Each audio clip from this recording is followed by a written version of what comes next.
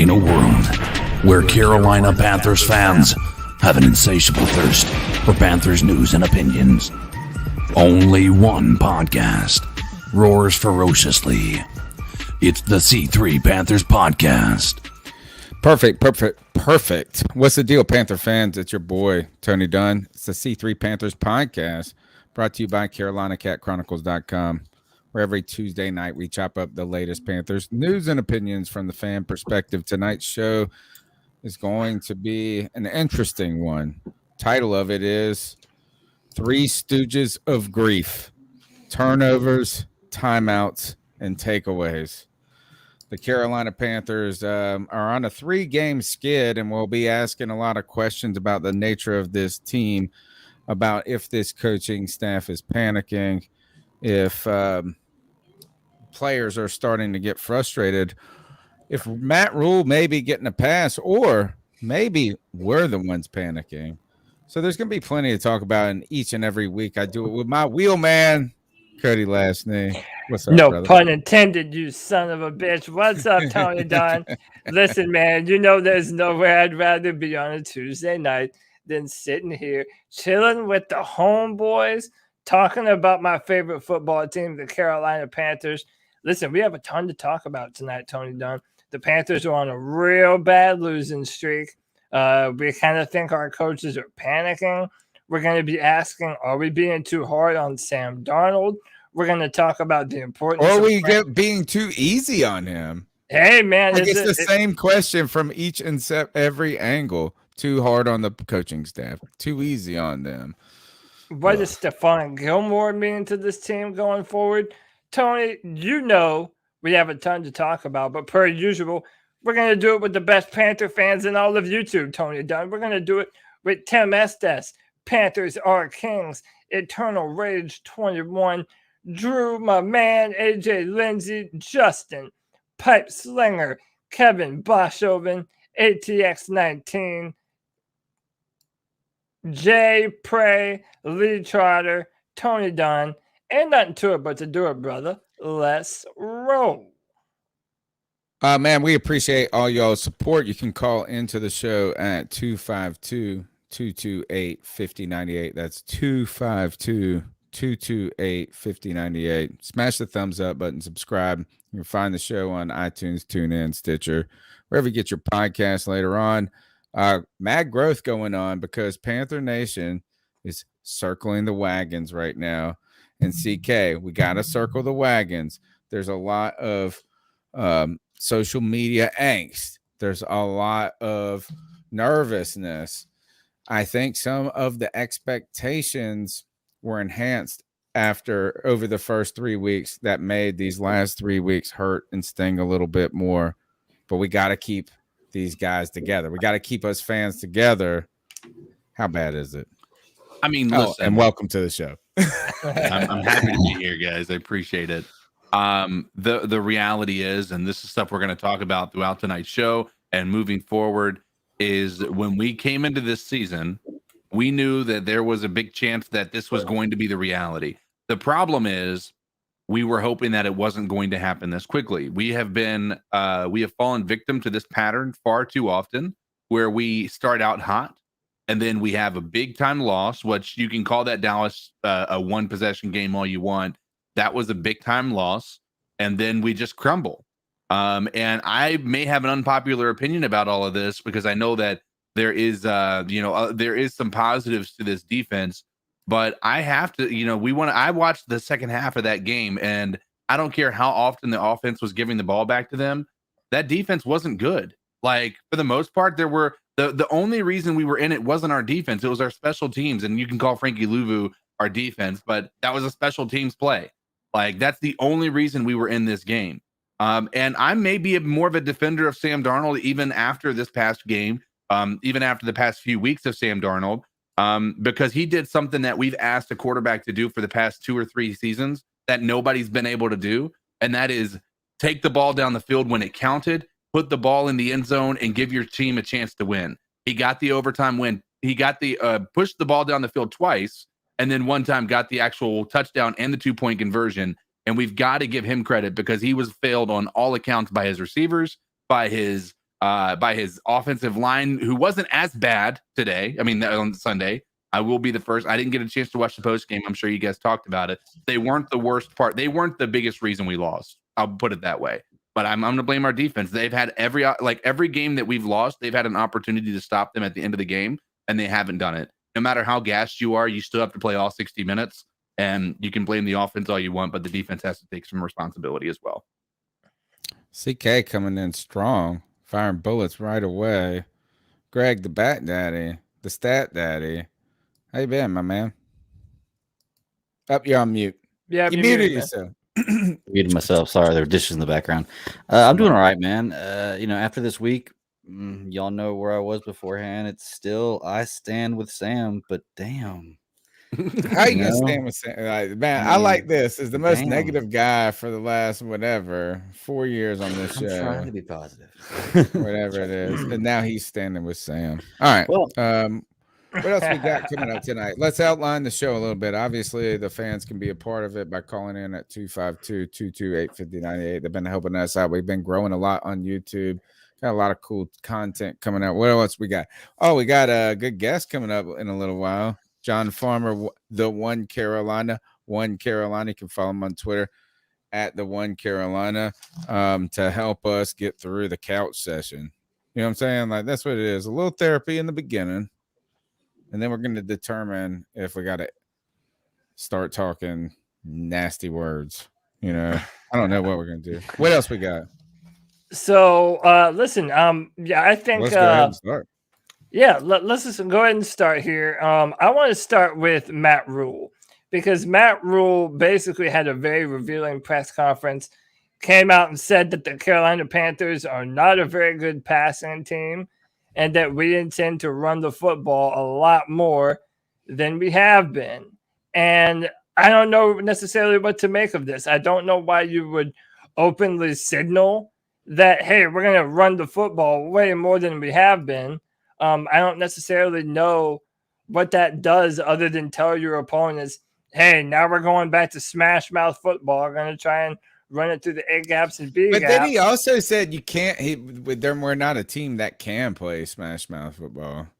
So he didn't go back to smash. We can't play it. So he said we need to run the ball. I think this is a sign our coaching staff is panicking, Cody. I think they're panicking. And maybe they're not panicking in their own internal soul, but they are totally not handling the pressers well. Like, I feel it's very reactionary. Yeah. It's reactionary, and it's also to the point where you just really start to get that feel of unease.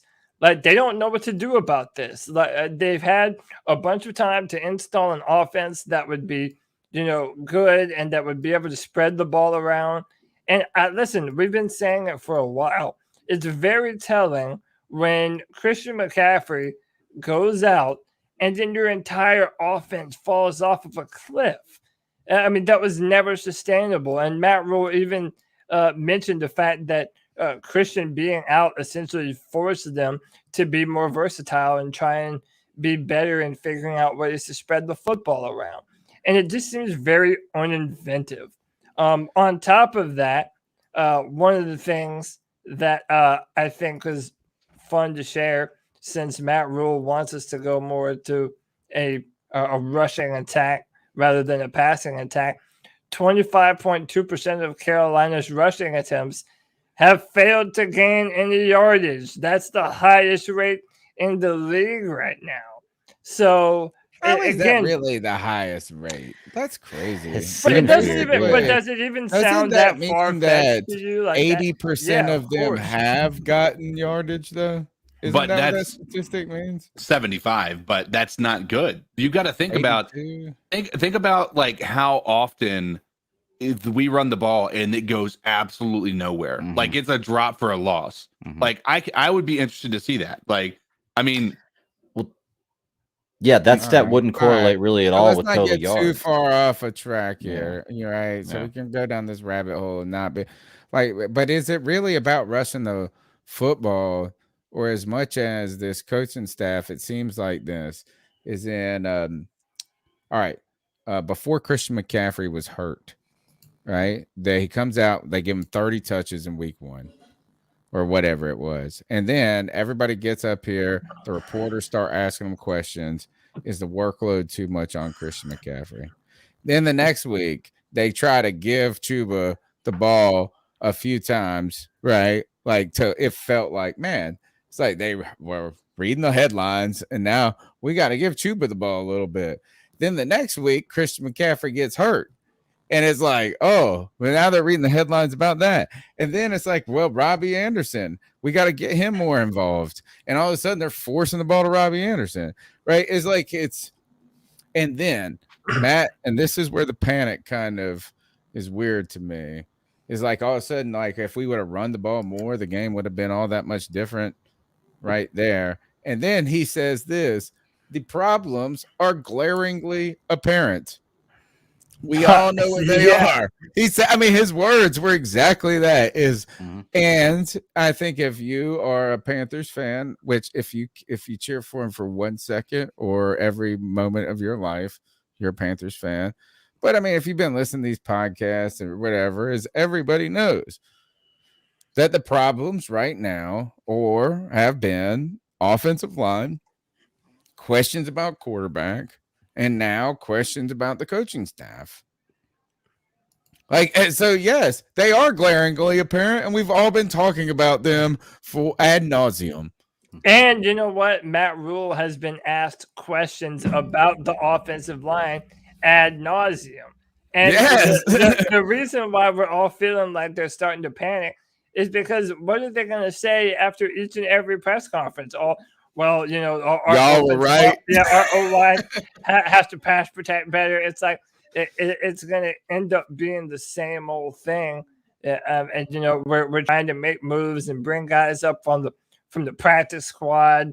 I don't even know how long Deontay Brown's going to be out, but it doesn't matter anyway because it's not like Matt Rhule would play him. Who cares? That's just a name that we've all been saying forever. I was going to ask the other guys this, is it panic right now for the coaching staff, or is it just sort of the reality of it? You know what I mean? Is that like, what else do you say? I'll tell you what my belief is. Like, what this makes me feel like is just, it reminds me of somebody who's in over their head, right? Like the way that really? Gosh, I don't like to hear this. I don't either. And I'm sure that some of this can be changed, but how often have we said that this entire season falls back on coaching? Like, even when we didn't feel like we were winning, we felt like it was Joe Brady. We felt like Matt Rhule was horrible at time management, like all season. And then when things start to go the wrong way, you just start to have this domino effect, right? I am open to blaming Sam Darnold. Like, right, I have that ability to do that. Like, we open to it, man. Right? You got to just go ahead and do it. Well, you've got to do that, but at the same time, like at some point, you've got to realize that maybe it's just the coaching. Maybe they don't know how to work these guys. Yes, we had a failure on our wide receivers by dropping 8 out of 25 catchable passes. Like, that's unacceptable. That's what they're paid to do, is catch balls in really important positions. And Robby Anderson failed too often. He was 6 of those drops in the first half, I think, if I'm not mistaken. I think I read that stat. It's at some point you've got to just say, hey, listen, like, the coaching staff has failed to adjust after halftime every single game. Mm-hmm. Like, they have not done anything. The third quarter, like, those third quarter stats are absolutely abysmal. Like, you should not, like, we have 7 total, or let's say 14 total scored points in the third quarter, and 7 of those are from your special teams.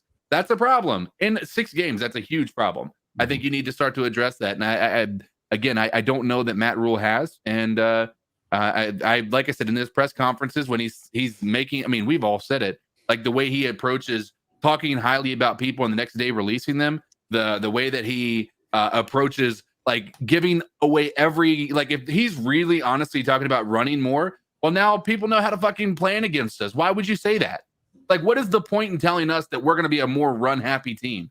It makes no sense. We're about to pass 97,000 times. Don't worry. Yeah. All right. We've got plenty to talk about, guys. Go ahead and smash the thumbs up button. Be a part of the show. 252-228-5098. Let's go ahead and bring in a big time member of Panther Nation and of of this community that YouTube has been creating, and as the culture of the Carolina Panthers continues to grow. John, One Carolina, you can find him on Twitter at the One Carolina. John, welcome to the C3 Panthers podcast. What's up, man? I finally made it. I feel like I've been donned now. Hey, you're the man, dude. Hey, we love us some One Carolina over here, man. Oh man, I appreciated that. It's a reciprocal feeling, man, because I feel the same way about you guys. And we were all, I mean, look, is that fans are passionate. We're passionate. That's what we are. I never have claimed to be a football expert, just an expert football fan. Same. And we are supposed to be fanatical, so I am forgiving to people for their positions or whatever. So I don't ever like the high horse position. But let's go ahead and start off with somebody who has taken a little toll. And the question marks, and that's Sam Darnold. Mm-hmm. We got to start with here is that Carolina Panthers have been through a kind of a merry-go-round of quarterbacks in the last couple of years. Mm-hmm. Sam Darnold being our carousel. Yeah. And Sam Darnold being the one that is this year's commodity. And he is who we have at this point. But started off pretty well in the first 3 games. Mm-hmm. Cody will come up here and tell you, like, look, because my man got 300 yards several times. All of a sudden, in the last 3 games, the turnovers have spiked. And questions have emerged if Sam Darnold is what they thought he was. Mm-hmm. What do you think about Sam Darnold's appearance or what do you think about him as a player in Carolina? I think Sam Darnold, and again, thank you guys for having me tonight. I think Sam Darnold is a very interesting, quarterback prospect. Number one, just to kind of go back to who he was as a quarterback, in this day and time, quarterbacks are groomed at such an early age. Like we watch what's going on with Arch Manning right now and how the recruiting process is, going with him. I mean, even, Clemson's current quarterback, DJ Uiagalelei, and, so many others that have come through the, Pop Warner, some of those higher ranks, or whatever, and have been coached up for so long.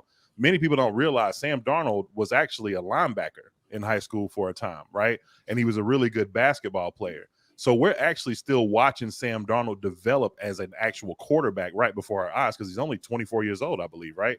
And so I think that he shows the capability of being able to, be, I guess, a steady hand for the franchise, or a steady hand at franchise quarterback. But I think one of the biggest problems with him is, sometimes it looks like he lacks confidence because you can see it when he gets it, but then you can also see it when it leaves. And that's kind of been the story of him with the Jets has been the story of him with us early in the season. Obviously the 3-game start, 3-0, a lot of confidence. It seems like after the Dallas game, things just kind of, started unraveling. But I still see things that I'm hopeful for. I talked about today about his muscle memory. When you spend so much time trying to defend yourself against, rush all the time, it creates bad habits. So when you watch that first play, as I mentioned, you can see him jumping around as opposed to stepping up in the pocket. And here's what's interesting. If you go watch that play compared to the play towards the end of the game during that drive where they tied the game, he stepped up in the pocket and hit Ian Thomas on probably one of the more harder and more difficult throws, and really just the timing, that you would see by any quarterback at any level on any standard, right? So it just really doesn't make sense. So it's like, all right, is it the play calling? Is it him? It's just really interesting to watch this thing develop. But I believe that we still have something salvageable here. And to be honest with you, I don't think we have much of a choice outside of going with PJ Walker. So, it's interesting to watch to see what happens. Do you think that maybe we were too reactionary to Sam's bad performance this past Sunday in light of, and I'll just throw this up on screen. This is from Mike Renner from PFF. It says Panthers receivers dropped 8 of Sam Darnold's 25 catchable passes on Sunday. Mm-hmm. That's the 6th most drops in any game over the last decade. Which is crazy. Yeah, it doesn't even sound right. Like, how is that true? But I don't know. It is. My thing is this.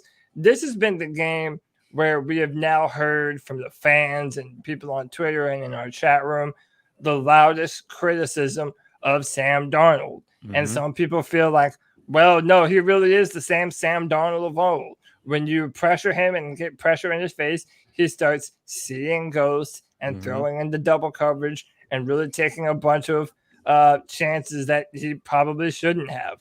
Do you think that we're having the same conversation about Sam Darnold if our receivers play a better game? Or do you think that Sam is kind of starting to show what kind of ceiling he actually has for us? That's a great question. I would say, first off, to the fans, you're fair in your assessment. Like, it's not, I kind of pride myself on being the guy looking at the glass half full all the time. And I know sometimes that can come off as, disingenuous, right? But you're fair in your assessment because the only thing we're beholden to is greatness, right? I mean, as fans, like, that's just at the end of the day, right? But at the same time, I would reserve my judgment because we've seen, man, you just never know when these guys are going to pop, when it finally clicks. It's a whole new offense. It's a new coaching staff, a new team, a new city. I mean, there's so many different variables at this, right? But at the same time, you do have to look at some of the forced passes and the things that you see that trouble you. Like, for instance, that pick to Robby Anderson, I mean, when he's rolling out on a comeback route, there's really no way that you could drive the ball enough to even give him a chance at that ball, on that interception, obviously. But the play it took too long. It did. It took a long time to develop. It was like, it wasn't even. All right, keep going. Well, it was just like nothing was and good. Let me speak to that really quick. Really. What's crazy about what you just said is, like, and I think I heard Tim Jenkins talk about this on you guys' show one time before about his Jets tape. That's one of the first plays, if not, was it? I missed it because I had some stuff I had to do and get home. Me too. I was driving back from I-95. It was literally the very first snap. It was the first play. And it was the very first one. It was a good pick, to be honest. I mean, it was a good catch. The ball was kind of in the ground. It wasn't. The ball should have been out of Sam's hands far faster. And I agree. The protection on that play was the best that I have seen it all year. It was just shitty from the start. All right, so don't listen. Look, people are going to come out and say everything's scripted, and it is. They came out and tried to hit a big play in the first play. That was what it is. They came out and they were trying to spark, like, turn this ship. And maybe that goes to the coaching panic a little bit. Yeah. Or maybe, I don't even think it's panic, because I think Joe Brady is learning on the job. I do too. And I got plenty to say, but the thing is, they were trying to get the big play.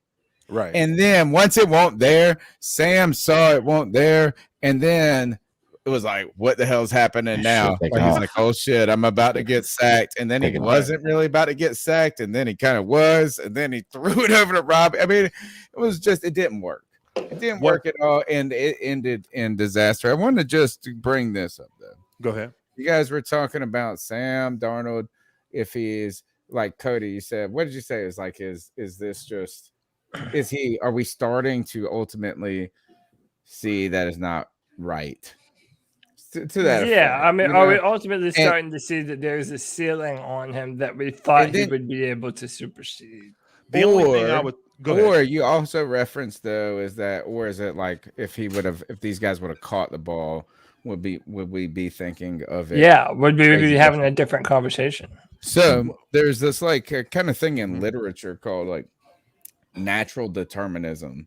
And like, if you've ever heard of like, everybody's heard of Call of the Wild, Jack London. And the idea is kind of like this, is that like, it is what it is. Like, it can't be different. Isn't it? Do you think we're being a little too much? Like, I feel like every moment, like all of a sudden now Robby Anderson sucks. Right. And it's like, he had a couple of bad games. And he is. I mean, like, I'm not trying to congratulate. I'm not trying to defend. But it's like all of a sudden, like, he can't be good again. And now the other thing is ultimately, it's like, look, we saw 3 bad games from the Carolina Panthers and Sam Darnold. It can't work. It's over. That's how I feel like it is. It's like it's determined. No reason to watch anymore. You should Okay, quit. let me say this, right? So I'll give you this. and most people, you may get this right, but some people get it wrong, and I'll kind of loop this all together. Can any of you guys tell me what color the yield sign is? Like the road yield sign, what color is it? Orange?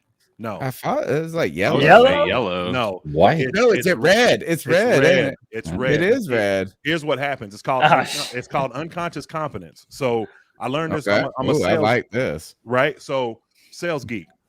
Unconscious confidence is when your mind tells you a certain thing because you've seen something so much, so many different times. All we've seen over the past few seasons is we start hot and we slow down.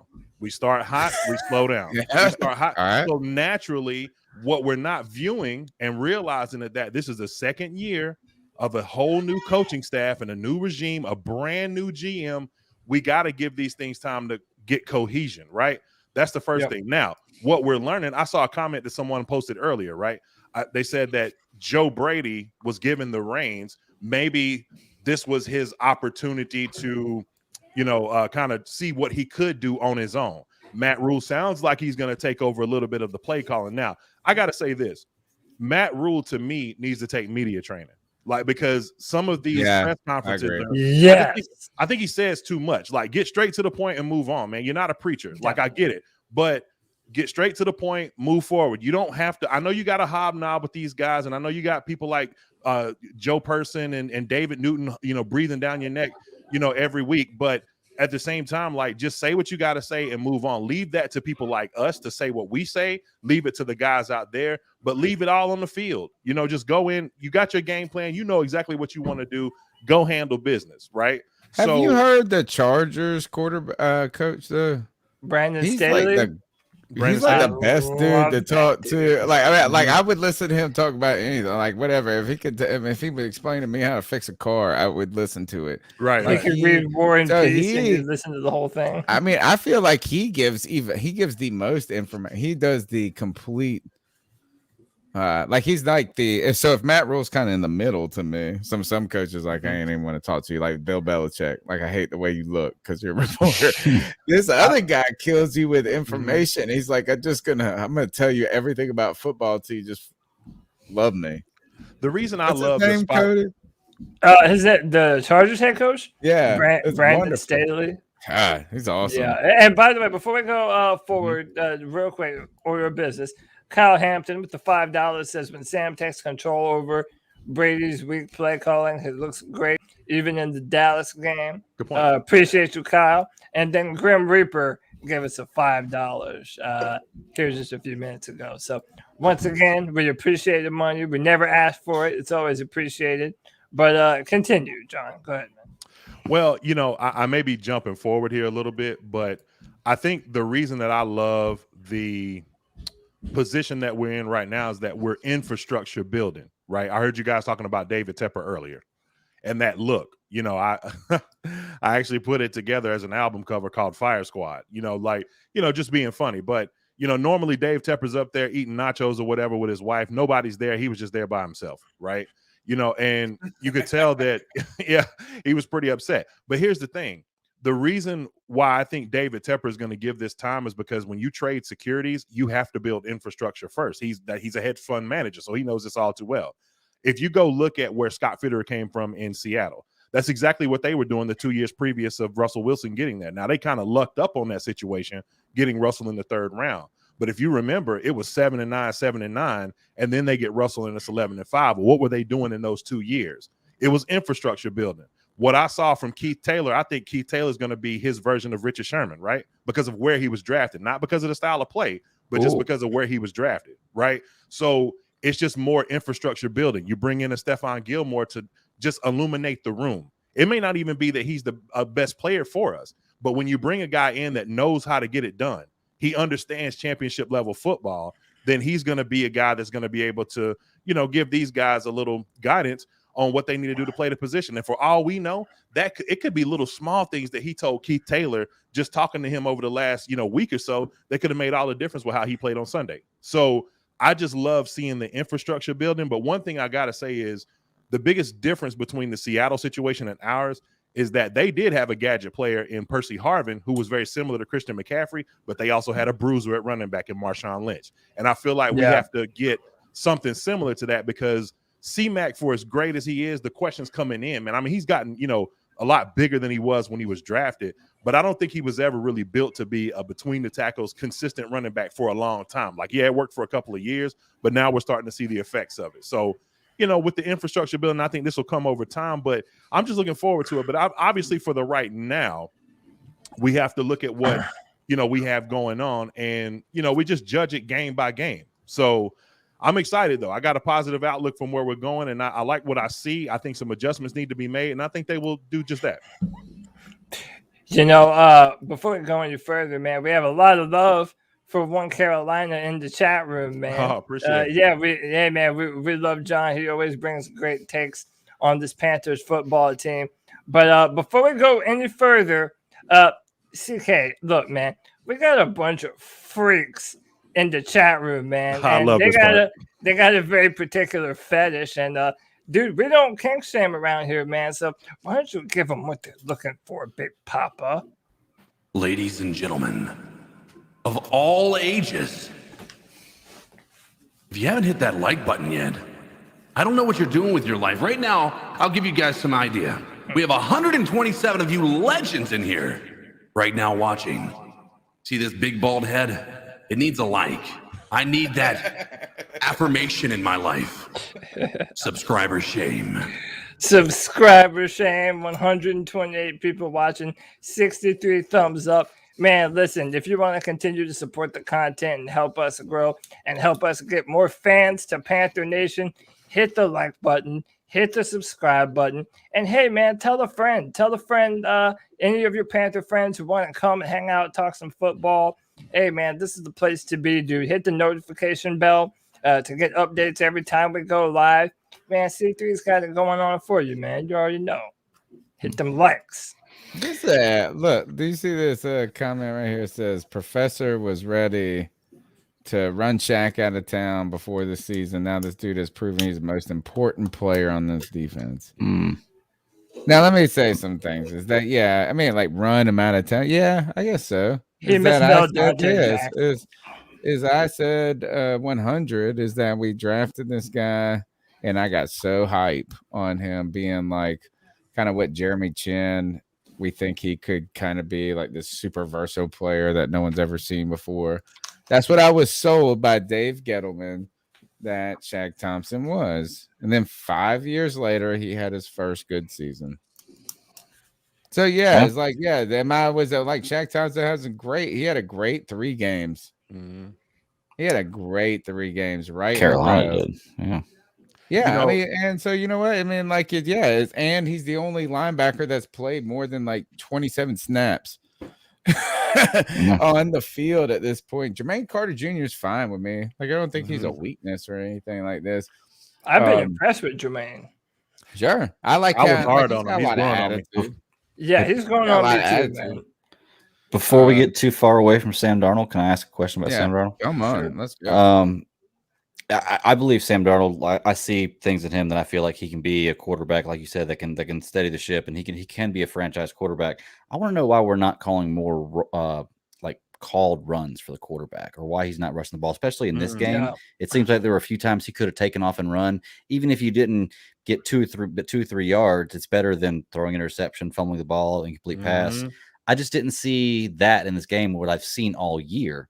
Do you think he's strong enough to be an offensive weapon with his legs, or was it just a fluke we've seen so far? No, I don't think it's a fluke, because if you go back to his tape at USC, he was considered a guy that could. Jordan Palmer talked about this a lot. Like, he's a guy that does something different. Like, he kind of scrambles within the pocket, but when you watch the run that he ripped off, going into that, I guess a minute left in the game, big one, a huge, and so. And he had that one back when he played for the Jets last year. Remember the one too? He's high stepping on Muggs or whatever. Yeah. I think it was against the Broncos, if I'm not mistaken. He won the angry running trophy for that one, I think. Yeah, Thursday Night Football, and he scored. It was like a 60, 70 yard run. So I mean, I think that obviously his first instinct is to throw the ball, but I think that there's been such a stigma put on the running quarterback, right? That a lot of these guys try to, not, and I don't know this for a fact, I'm just kind of speculating, but sometimes I think these guys may have it in their mind, like, I always need to be looking pass first. Plus you got receivers. I'm gonna tell you something interesting. Bat Daddy, I think it is. I'm sorry. So, which dope Mjolnir, by the way. Do you have Stormbreaker? No, I have just Mjolnir. I have Okay, Stormbreaker, cool. yeah. But one of the things that I think is I'm a Marvel nut. But hey, we're all nerds up in here, man. You're amongst family. It's all right. Awesome. So, I think that one of the things I noticed, man, like Robby had a lot of those drops that we talked about. Do you guys think that there's potential that he could be forcing the ball to Robby just because Robby's? I think it was clear in that game, like in the last 2 games. I think in the last 2 games, I don't even feel like Robby was not getting looks in the beginning either. It was almost maybe that DJ had a lot in the first 2 games. DJ was shut down in this game too. But I don't. Yeah. Yes, in this last game it was clear, and then they kept going back and back and back to him. But to finish that point, Bat Daddy, the one thing I will say is this: it would only help to add it to the repertoire, right? Because if he can do it, not necessarily that they're calling like design runs for him, but what I would say is that, if he looks and, second read and, hey, if you got an open lane, man, take off because it's going to keep the defense like honest. A QB draw every now and then or something like that. Yeah, man, like 6 plays a game. How about that? If you go back and look at that first play, look at that first play where that pocket had such a good pocket. Both the line, there was nobody rushing, but the 4 people on the line. They stopped the 4 people in the line, but everybody else was still holding back. They were looking for him to run for that first play. Yeah, but one of the things that happens within the confines of a play like that is that if the quarterback is a steady hand looking off safeties, kind of misdirection with your eyes, that's a big thing. Like you never noticed, like Tom Brady faces those kind of things all the time where linebackers drop back, they're only rushing 4 guys. Like what blew that play up to me is Sam dancing around because receivers start to change their routes when that happens. So like when you're jumping around, like it's like, okay, well, let me start improvising, you know what I'm saying? And then Robby comes back on a curl and it's like that probably wasn't even designed to be the exact route formation, but it just was kind of improvised because they're watching, obviously once they're outside of the route, what the quarterback's doing. And so to me, it just kind of felt like, it wasn't, if he would have stepped up in the pocket and just stayed a steady hand at that time, knowing that he had the protection, then that play probably turns out better. Or he gets somebody open or the chance to just throw it away as opposed to just having the happy feet. I think Sam, you say it right at the end there, happy feet. Sam has happy feet. Part of that is because he didn't in the first 3 games, though. And that's what we were saying. He was looking more confident, this and that. But this is a systematic failure. This isn't a one-person failure, and he is part of that system. He's failed as well. Well, it is, but I think it's a cumulative effect as well. The offensive line, frankly, to me, continues to get worse every single performance. Awful. So this one might have been a little bit better than the Eagles. But then even when because listen, on that first pass of the game, I'm telling you, that damn pocket was pristine. He had time to throw the football, but it's like he's always anticipating that he's about to get blown up. So he starts to panic. He wants to get the ball out soon. And then he starts to scramble. He didn't get the ball out soon. It was like a 4-second play. There wasn't a need to scramble, though. And he still did it. And, Robby was trying to, as John said, come back to the football. And he just throws a boneheaded interception to the sideline. Like, if you're going to throw that ball, it needs to be at the very end of a 3-step drop, turn, and fire. And he didn't do that, man. And I think those are the things that are on Sam Darnold. It's not that I don't think Sam can't be better, because I do think he can be better. But my biggest fear, and I've been saying this for a while now, is just like the Jets didn't provide him a scenario to be successful. Man, looking at this offensive line, I don't know what we're going to be able to do to calm his own nervousness and make this offensive line better for his pass protection. Cody, can I say something? The opportunity to do. Sure. Tony, I know you were getting ready to go, but I want to say something real quick, because what you just said about the offensive line. Let me tell you what makes me mad, man.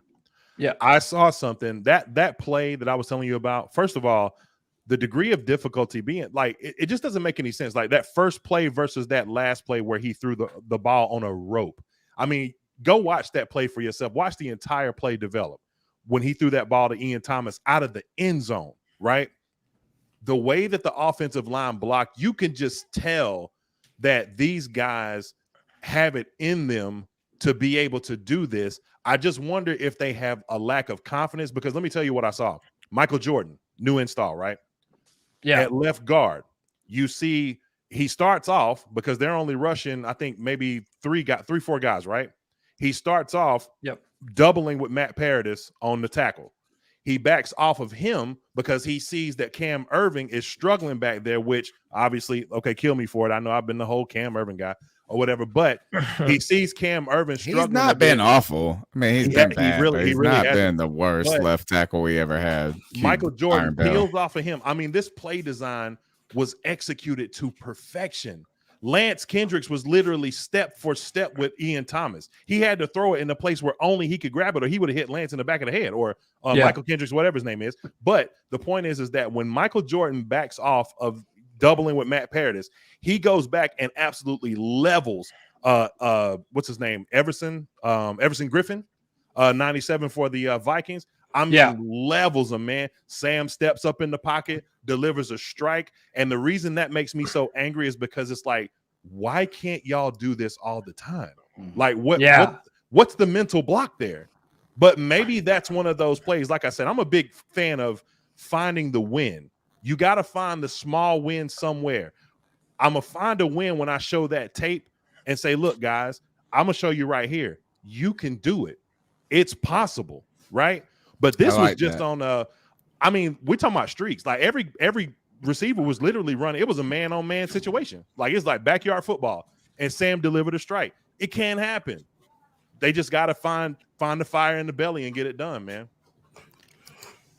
I think where I wanted to go with this is because look, it's everybody. We're going to talk about Sam Darnold. We're going to talk about this offensive line. The one thing that I don't want to kind of pull the pitchforks out on any one player. Like, all right, so for instance, Robby Anderson. I feel like this is that Robby Anderson has had a bad 3-game stretch. Mm-hmm. And he deserves to be criticized for it. Mm-hmm. But, I mean, it's like, oh, my God, his contract now, here's this. And they're just like, it's overkill. I look, as I watched the Robby Anderson press conference, he went out there and took his lumps. Mm-hmm.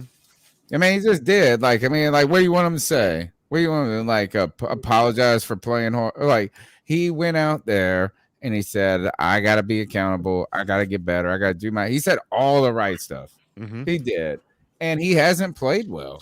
And it's all right to criticize him, but you don't need to be like, oh, he can't be a good receiver again. So what I'm trying to bring this, I'm going to circle this though. Then you could have that same conversation about Sam Darnold, right? Bad 3 games. Yes, criticism deserved. Should we is it the call of the wild? Do we got to say all of a sudden it can't happen? Now let's go to one other person who has taken some criticism or a lot of criticism and is due that. Joe Brady, the wonder boy who you guys came in and told me over and over he's about to revolutionize football. And I said this. You used to, man, we'll go back to the tape, Cody. You used to be like, oh, Tony, you're a hater on this. It's like you ain't all on the Joe Brady. And all I say is this is look, I hope he does fantastic. It's like, let's see.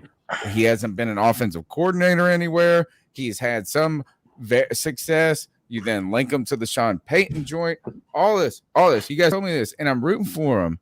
And now, 2 or 3 games in, and people are saying this guy doesn't know anything about football. I hope he's gone. And I would say just this is he's got a lot of room to improve. Yeah. And he is part of the issue, but people want to say everybody all of a sudden sucks. That's it. No, and I'm the guy that has hated all these motherfuckers from the beginning, and now I'm the defender of them. Let me respond to that, right? So listen, I've been saying it since before the season started. Everybody has to prove it. No one can rest on their laurels. No one here has won a Super Bowl with the Carolina Panthers. No one here has even made it to a playoff game outside of Christian McCaffrey with another regime. So it's like, what I'm saying is this. When you have Sam Darnold having happy feet, throwing it into double coverage, forcing the football, when you have an offensive line that is one of the worst pass protecting offensive lines in football, and you have your young, talented receivers dropping the football on routine passes. Yeah, I'm sorry if Joe Brady is just not on the top of my shit list. Everybody's on the shit list. Now, Actually, everybody's at the top of the list. I am not making excuses for Joe Brady. I do think our play calling in the third quarter has frankly been pretty bad. But and I said so the execution. I said this on the Friday free for all, that as long as this offensive line continues to be as bad as it is, and as long as the Panthers don't truly know what we have at the quarterback position, Joe Brady is never going to be the one that's going to have to fall on his sword for this. I'm sorry, he just isn't. Like, it's going to have to be on the players around him, and we're going to have a game where play calling is what loses us the game. How about this? I feel like our red zone play calling. Ooh, I feel like our red zone play calling and performance in the red zone has been much improved these past couple of weeks. Now we're starting to use jet sweeps in the red zone. That was a really nice pass that Sam threw to Robby Anderson on that 2-point and then conversion. There was the shuffle. Yeah. Then there was the shuffle pass. We really are doing some new, fun, and inventive things. My main criticism of Joe Brady kind of involves what John was talking about earlier, and play clock, timeouts. Well, no, but it's also Sam has proven himself to be a mobile quarterback. He can run the football. He can pick up the yards if he has to. If your offensive line can't pass protect, why not roll him outside of the pocket on some bootlegs and cut the football field in half? Let Robby Anderson and DJ Moore get free in space and let Sam use his athleticism as a real weapon. And I feel like that helps a struggling offensive line. That helps a struggling offensive line. If you don't believe it, then what did Cam Newton do for us for 9 years or whatever it was? Like, is that always with this shit line? But he gave them a little leniency there. And that's what the thing is. And you said it earlier, Cody, is you didn't like Matt Rhule coming out here saying now we got to run the ball, like we don't have an identity. We have to run it this amount.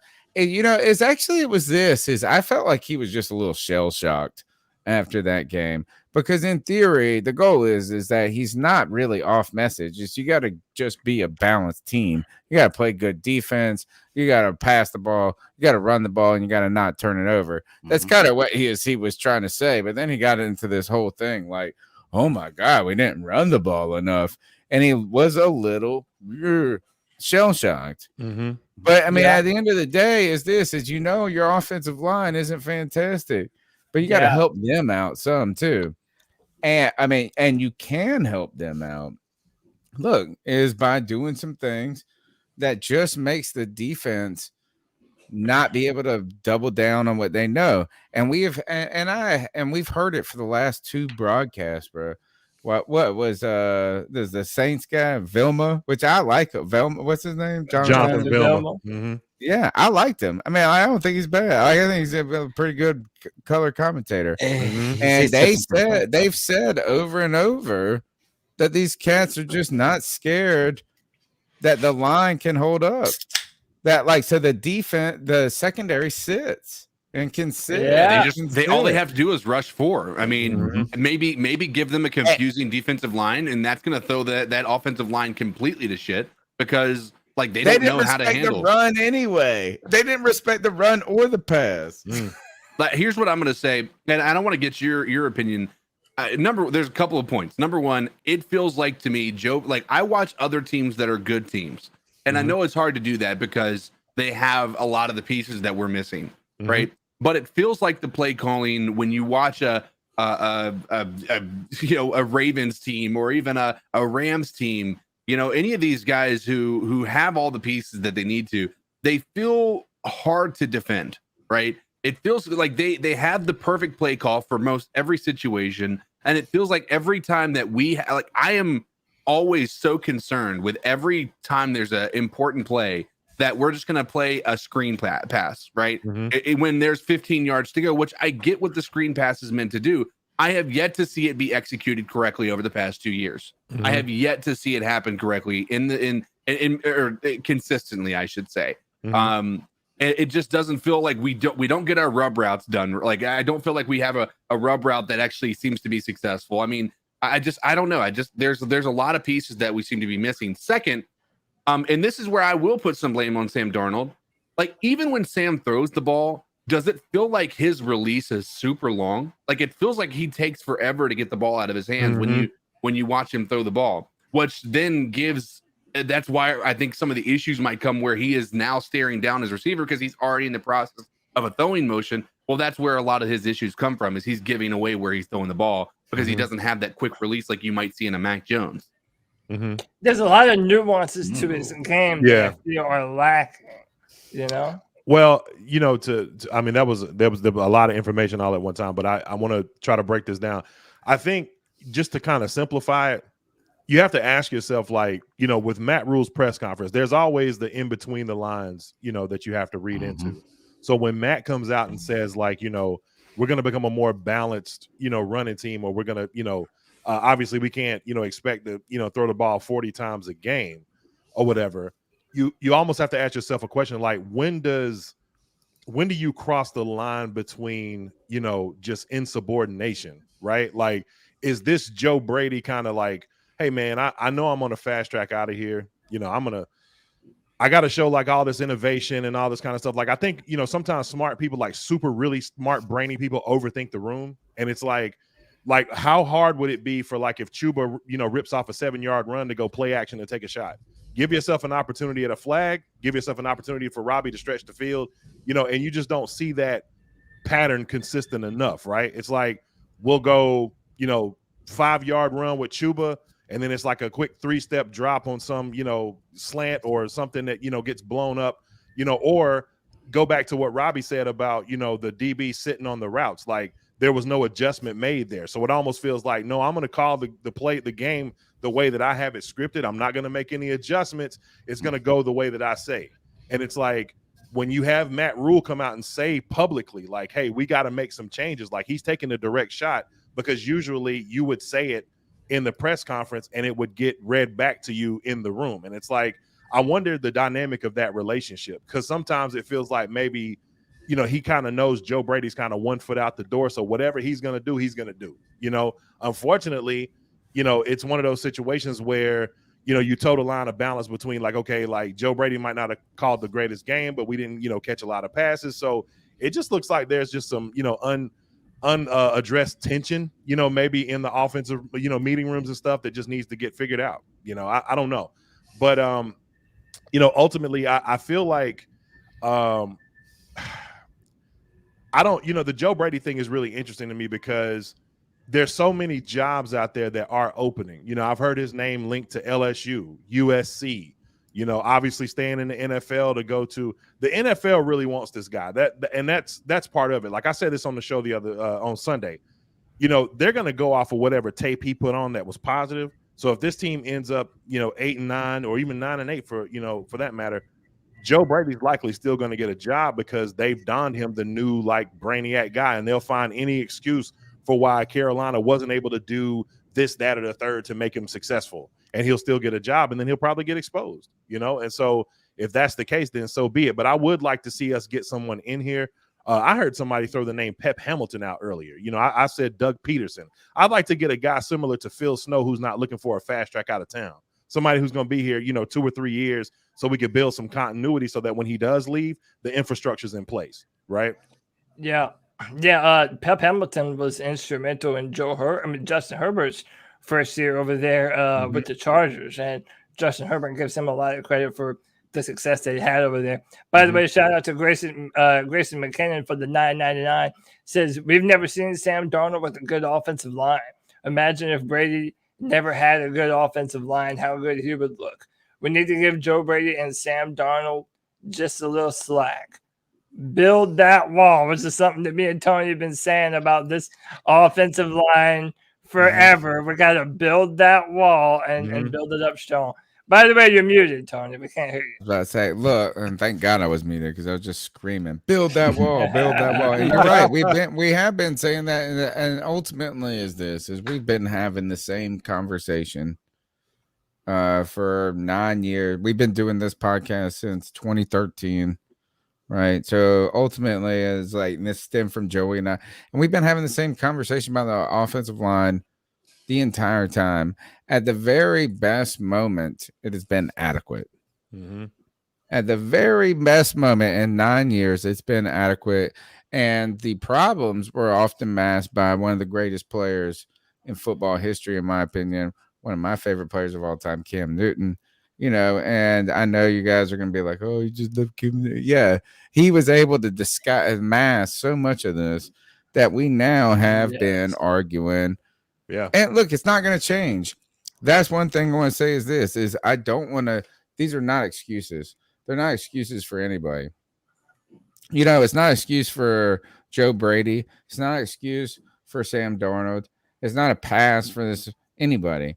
The problem is that the failures have been systemic at this point. It's not been one thing. The offense, and even on the offensive line in the past, one of the things about the past offensive lines, there were kind of some bright spots about it. And you would be like, oh, well, it's just fucking Byron Bell who's the problem. It's just Matt Khalil that's the problem, and that, oh, we got a good guard. Right now, the pressure up the middle has been relentless. And that's coming from a player who's your best guy, Matt Paradis. Terrible at this point. He's like the Mike Remmers of centers. He's a tough watch. Yeah. Is that people who are like, oh, y'all are Cam Irvin defenders. No, we're not Cam Irvin defenders. It's just he ain't the only mug on this offensive line that is offensive.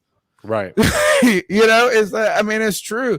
And so then you go, oh, is Sam Darnold offensive? Yeah, he ain't played well. Is Joe Brady? Has he made some bad calls? Maybe. I don't even think he's been awful. I don't think everybody's been awful. That's the problem. It's not one fix. Here's something I'm interested in. When you talked about a moment ago, or actually, I was thinking about something that when you were talking a moment ago. I don't know if you guys know Jeff Saturday. So when you're talking about Matt Paradis, we may actually have a center on the draft, in the room right now. Jeff Saturday was drafted not drafted. He was picked up as an unrestricted free agent after the draft, coming out of North Carolina. And he ended up, a center for Manning for, a number of years, obviously for, he played with the Colts, right? Yeah, Green Bay as well. And will likely one day, potentially go into the Hall of Fame. But the point is that Saturday started out as a guard. He was brought in as a right guard. He actually played right guard and got moved to center. So that there's a potential there for somebody to be there. For me, what I can't understand is and maybe it was just a position situation, but why did Michael Jordan get the nod over Christensen? Yes, we have to talk about this. Oh, yes. Even over Christensen and Daly, who played well last year. I saw PMP in the chat room saying, well, 3 of these guys were on the team last year. Well, so was Daly, and everybody was raving about him, and now nobody's talking about his ass being good anymore. Christensen, go ahead. We have to talk about that more, because this has been the frustrating thing about it, and it's just what makes no sense, and it's what's starting to drive people up a wall about Matt Rhule.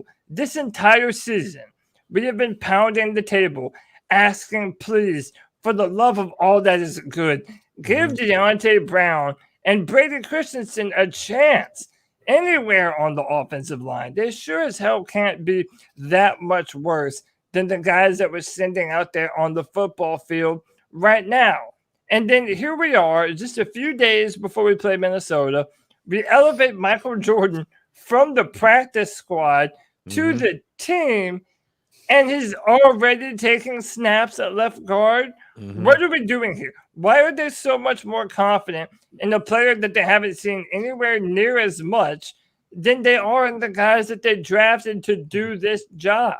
We're only left to think 2 things.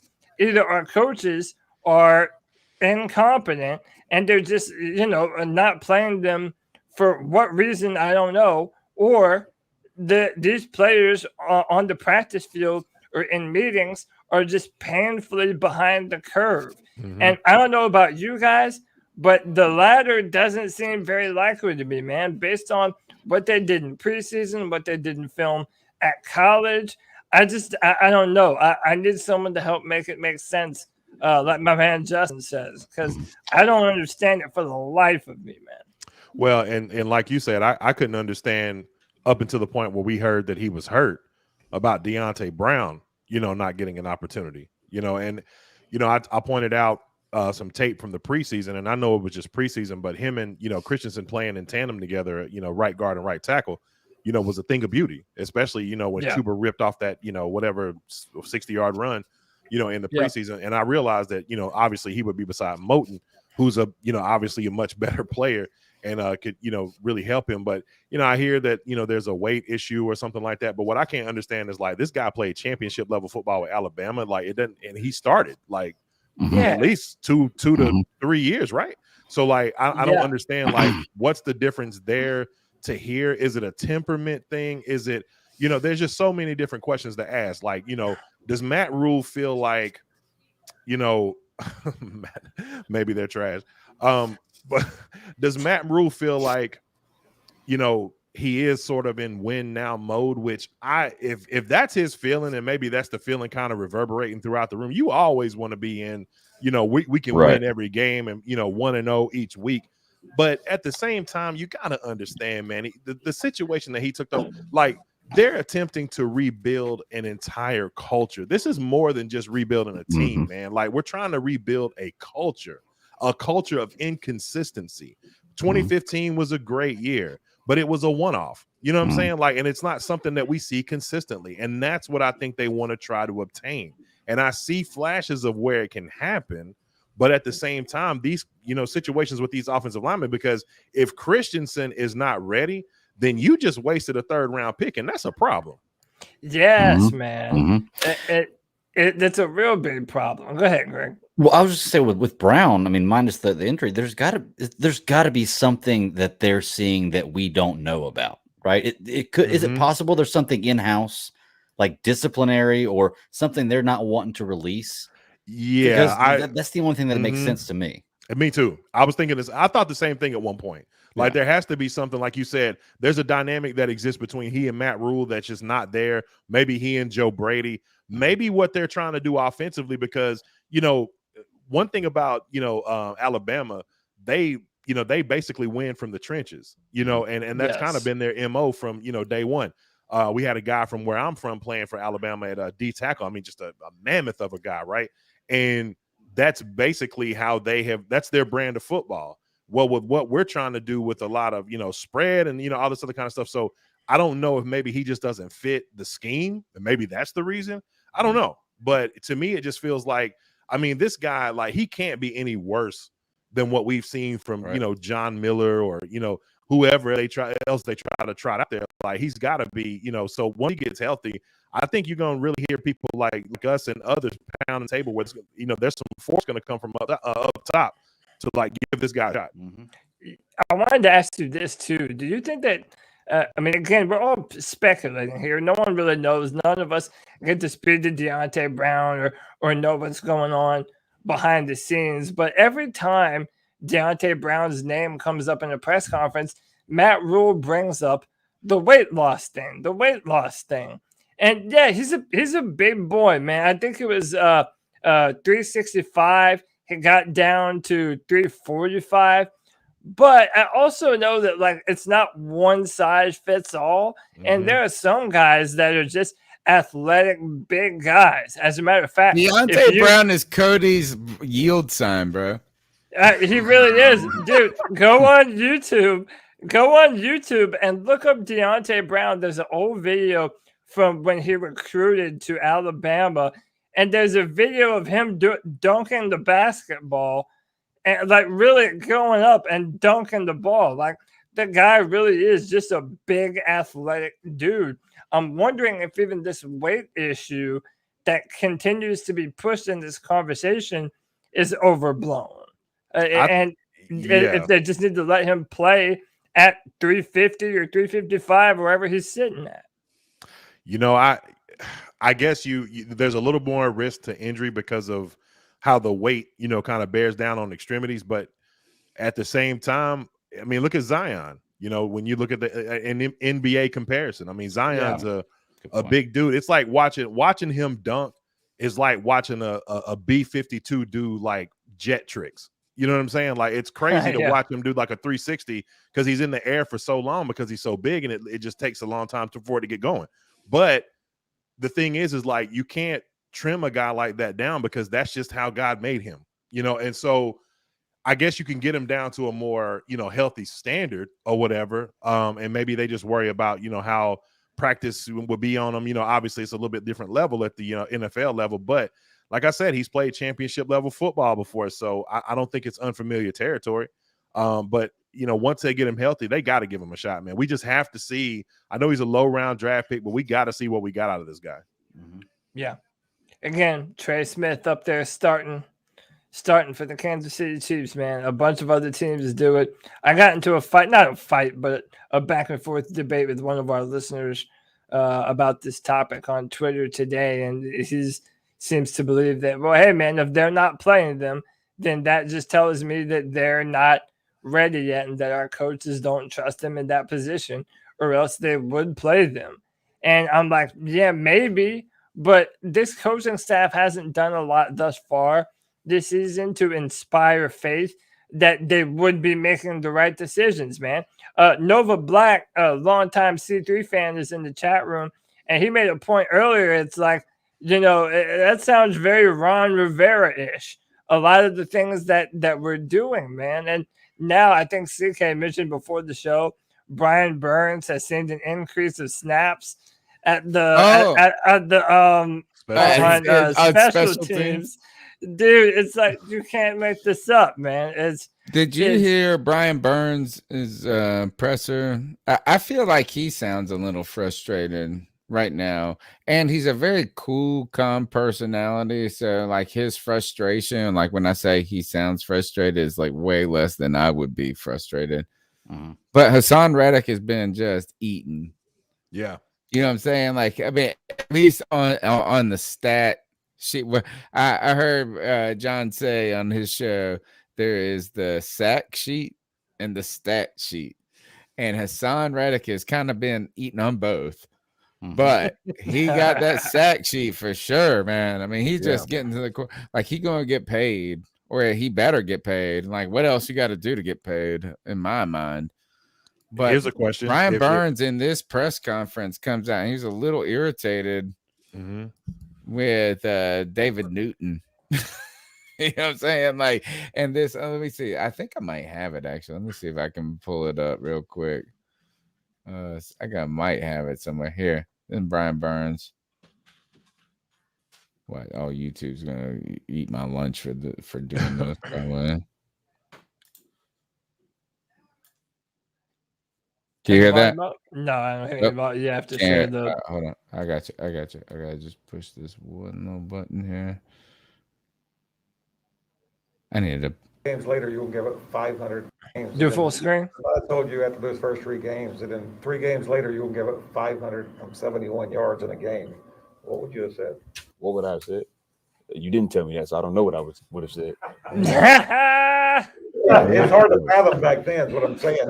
When you guys were playing so well, it's hard to fathom that you would allow that many yards in a game. I mean, I don't know. He's like, what the fuck is that supposed to mean, man? And you know what? Is that yes? Is that was it not the, like, you know what? I'm not trying to over criticize him for acting like that. Like, I mean, I don't even think that was not him. That wasn't super irritated. And he's usually, and look, Dave Newton, everybody loves Dave Newton. He's a drunk uncle. I know everybody hates Not Dave everybody Newton. loves Dave Newton. Yes, you drunk love uncle, Dave bro. Newton. I do.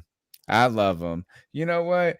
And at that point, I just felt that we're starting to see Look, Brian. Somebody asked him, "Is that he should he have gone for the strip sack instead of getting the sack?"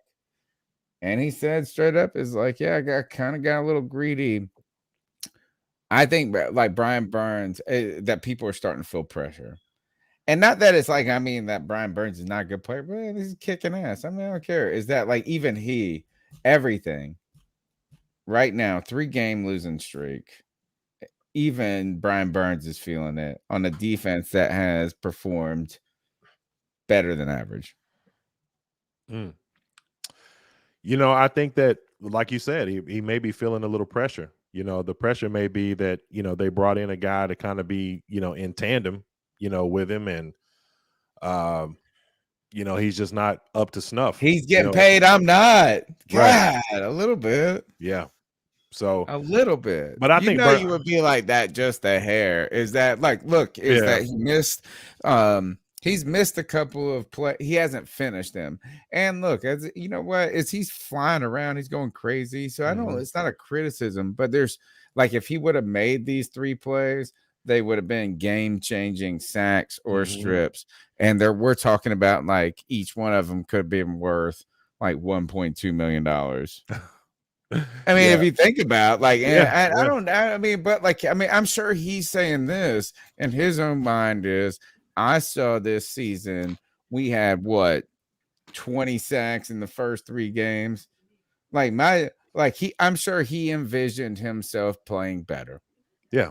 And like even the best players on this team, Robby Anderson is an example of this to me, is that even they are feeling the pressure.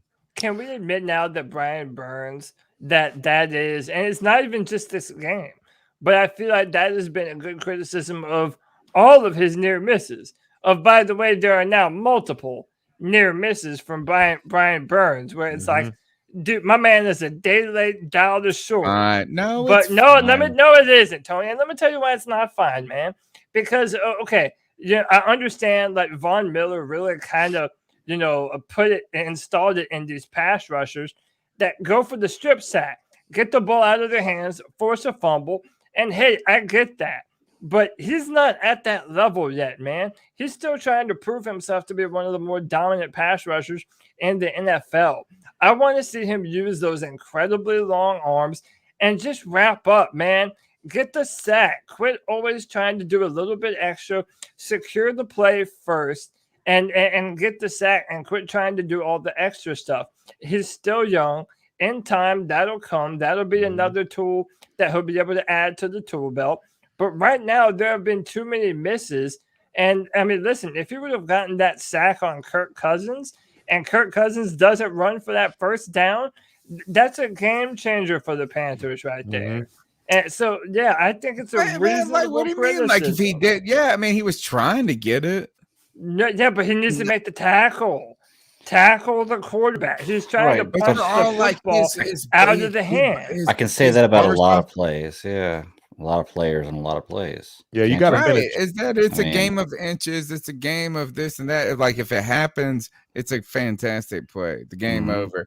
And you know what? To be honest, and look, and I've been flogging the same horses on this podcast for a long time. But there are certain plays to me in my mind that have kind of set the trajectory of games and even seasons.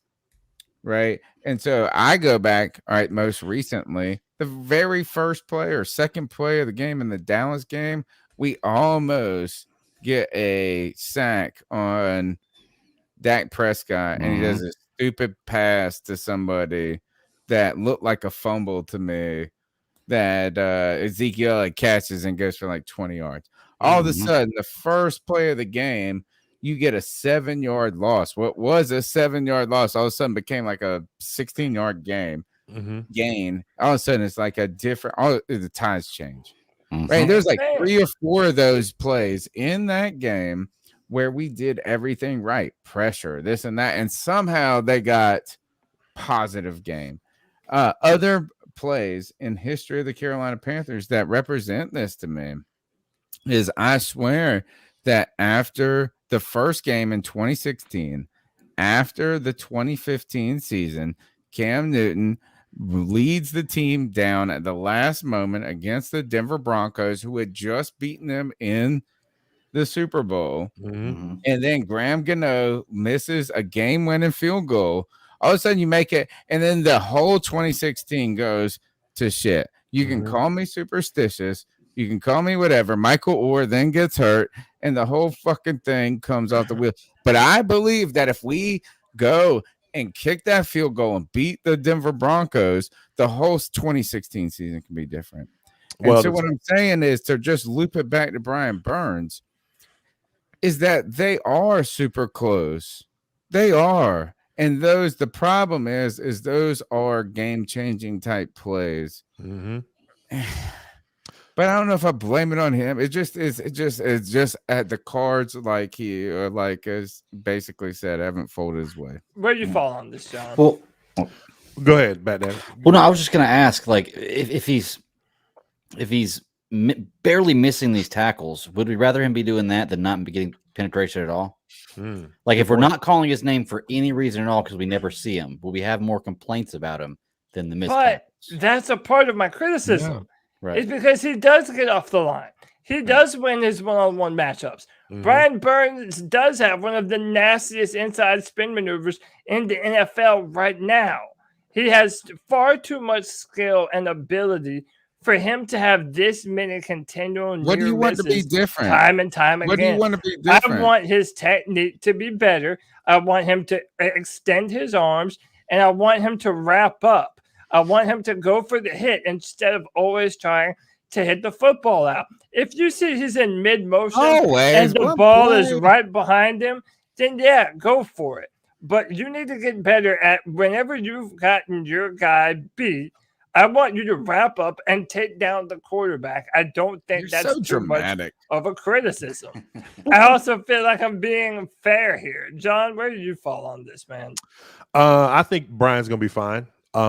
I think sometimes you just have to be reminded who you are, reminded of your ability, watch some tape to see what you did wrong and, kind of will yourself back into confidence. I do think that the Hassan Reddick dynamic is a real thing because Hassan is off to a ridiculous start. Insane start, bro. Yeah. What's he got, like 8 sacks right now? 6.5, I believe, right? So, Actually, that was 6.5. Yeah, it's a lot. I mean, I know it's a lot. Like, and they got the scoop. He scooped the ball up. Like, if he finishes like this, it's likely that he'll be he probably won't win it, obviously, but he'll be in discussion for, defensive player of the year, right?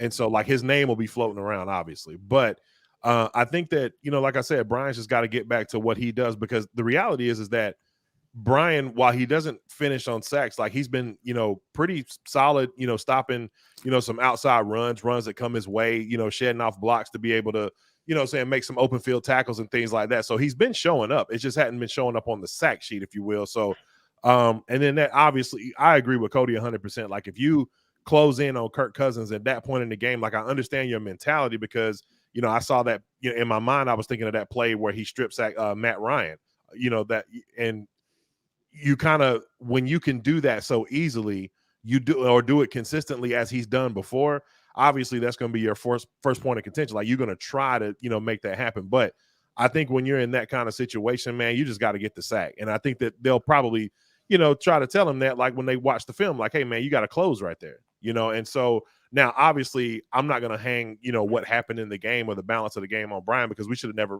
been at that point to begin with. But, that is one of the moments in the game where you just had an opportunity. You got to take it.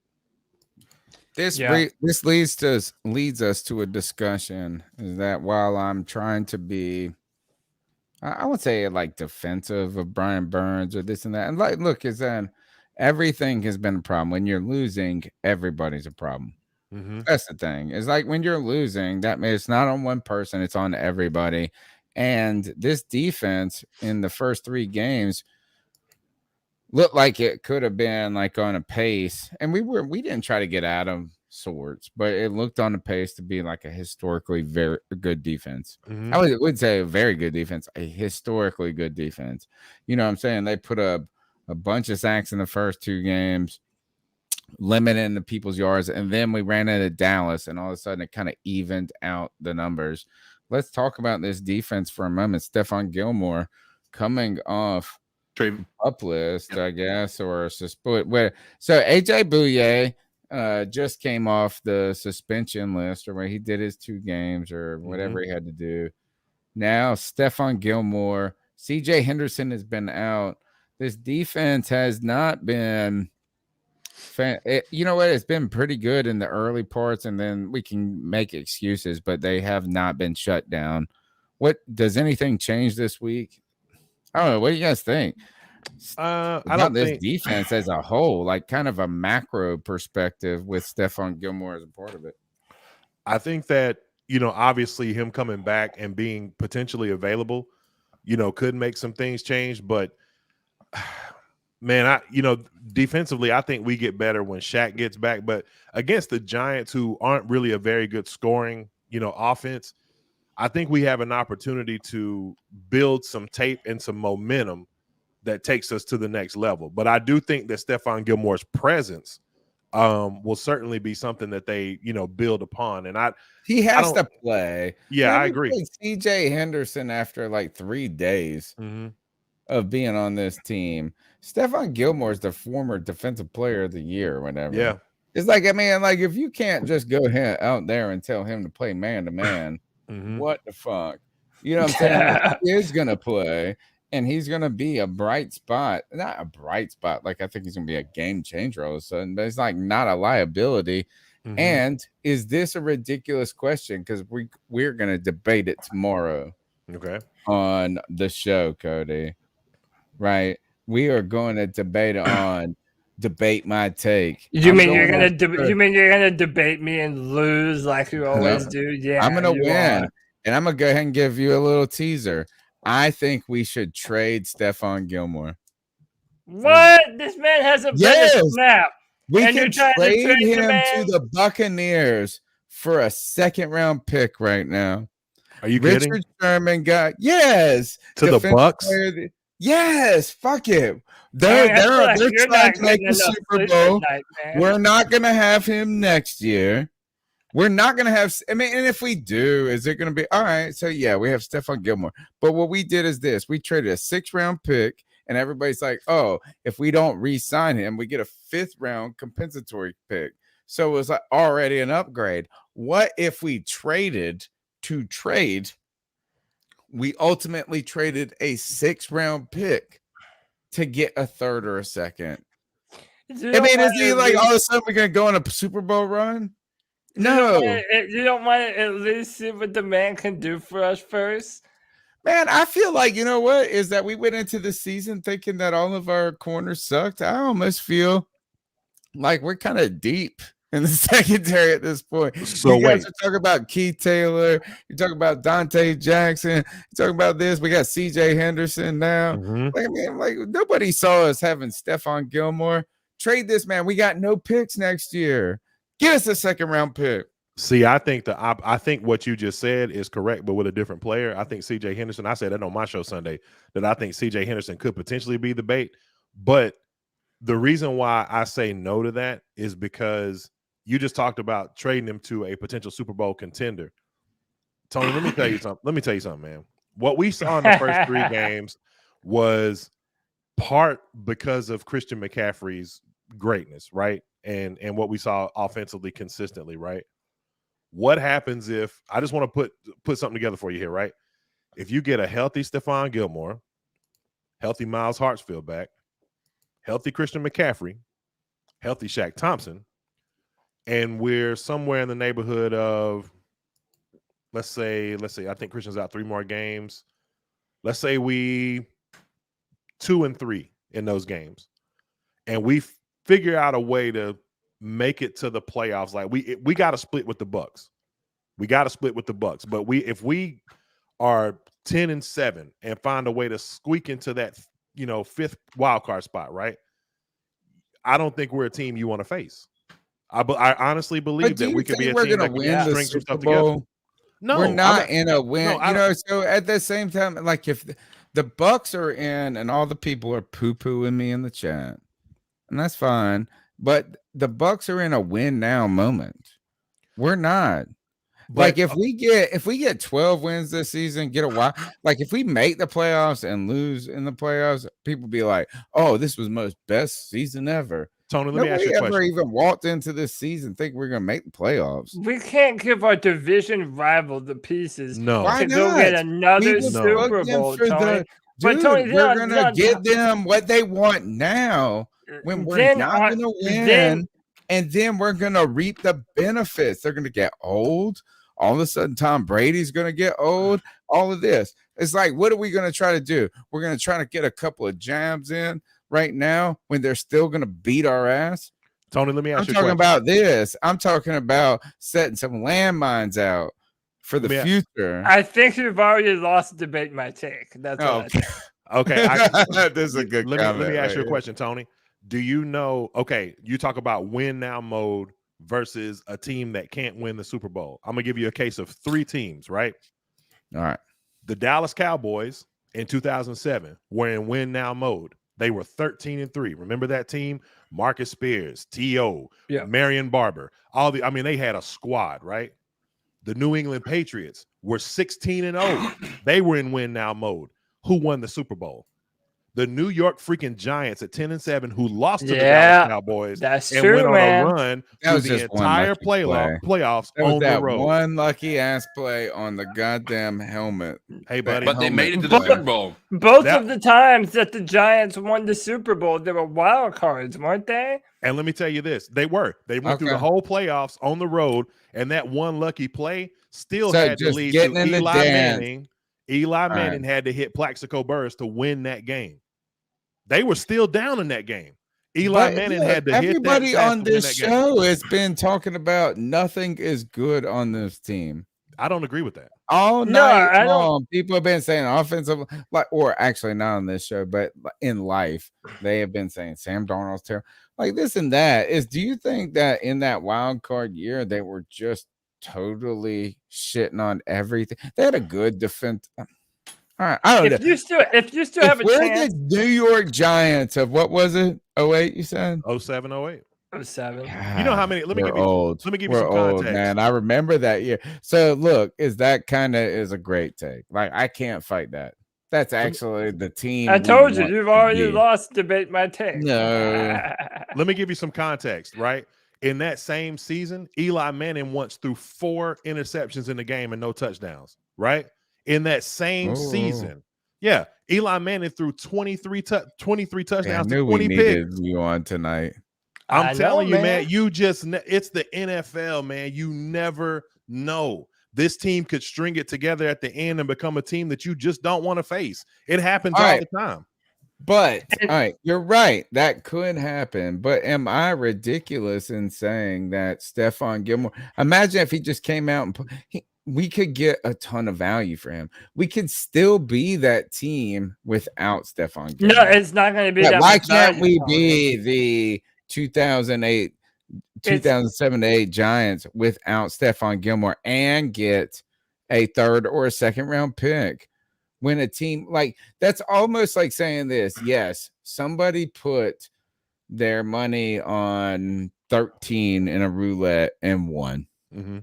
Okay, you know, I mean, it's like you are like the Giants of that year beating one of the most impressive teams in the history of the world, and then going on to win the Super Bowl is kind of like finding a lottery ticket on the ground. Well, but Tony, let me add some. Yeah, I mean, it is a little bit of let me add. Well, Dilfer won with this Tony, fantastic defense.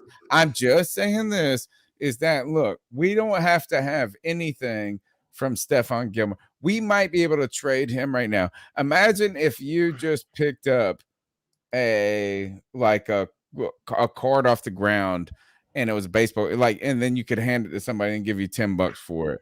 But you would have maybe worth $200. Hold on, Cody. Why not just get $10? Go ahead, John. You would have to do that twice because New England beat them in the regular season.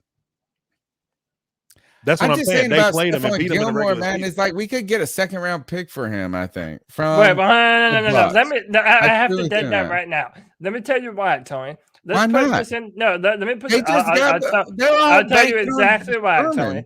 Because listen, the trade deadline is November 2nd. We're the 19th of October right now. that means We got 3 weeks hold putting the on. ball That out. means that if a team is going to trade for Stephon Gilmore, they're only going to have 2 games versus the Giants and the Falcons to make that evaluation to want to trade for him, and you're going to have to pay him after this year is over. You are not. Don't. You He's are done. not His contract's getting a over. second round. You are not. His contract's over. You don't got to pay shit, bro. You don't got to pay shit. So You don't have to pay anything, bro. He's a free agent after this year. That's the whole thing. Why would the He's team give up a second round pick for that? That isn't worth a second round pick. Because they trying to win the fucking Super Bowl. That's a second round pick. That's not worth a second round pick. Tony, let me tell you something. Oh my God. What do you mean it's not worth a second round pick? It's not worth a second round pick. You're right. Don't win back-to-back Super Bowls and just nut on everybody's faces.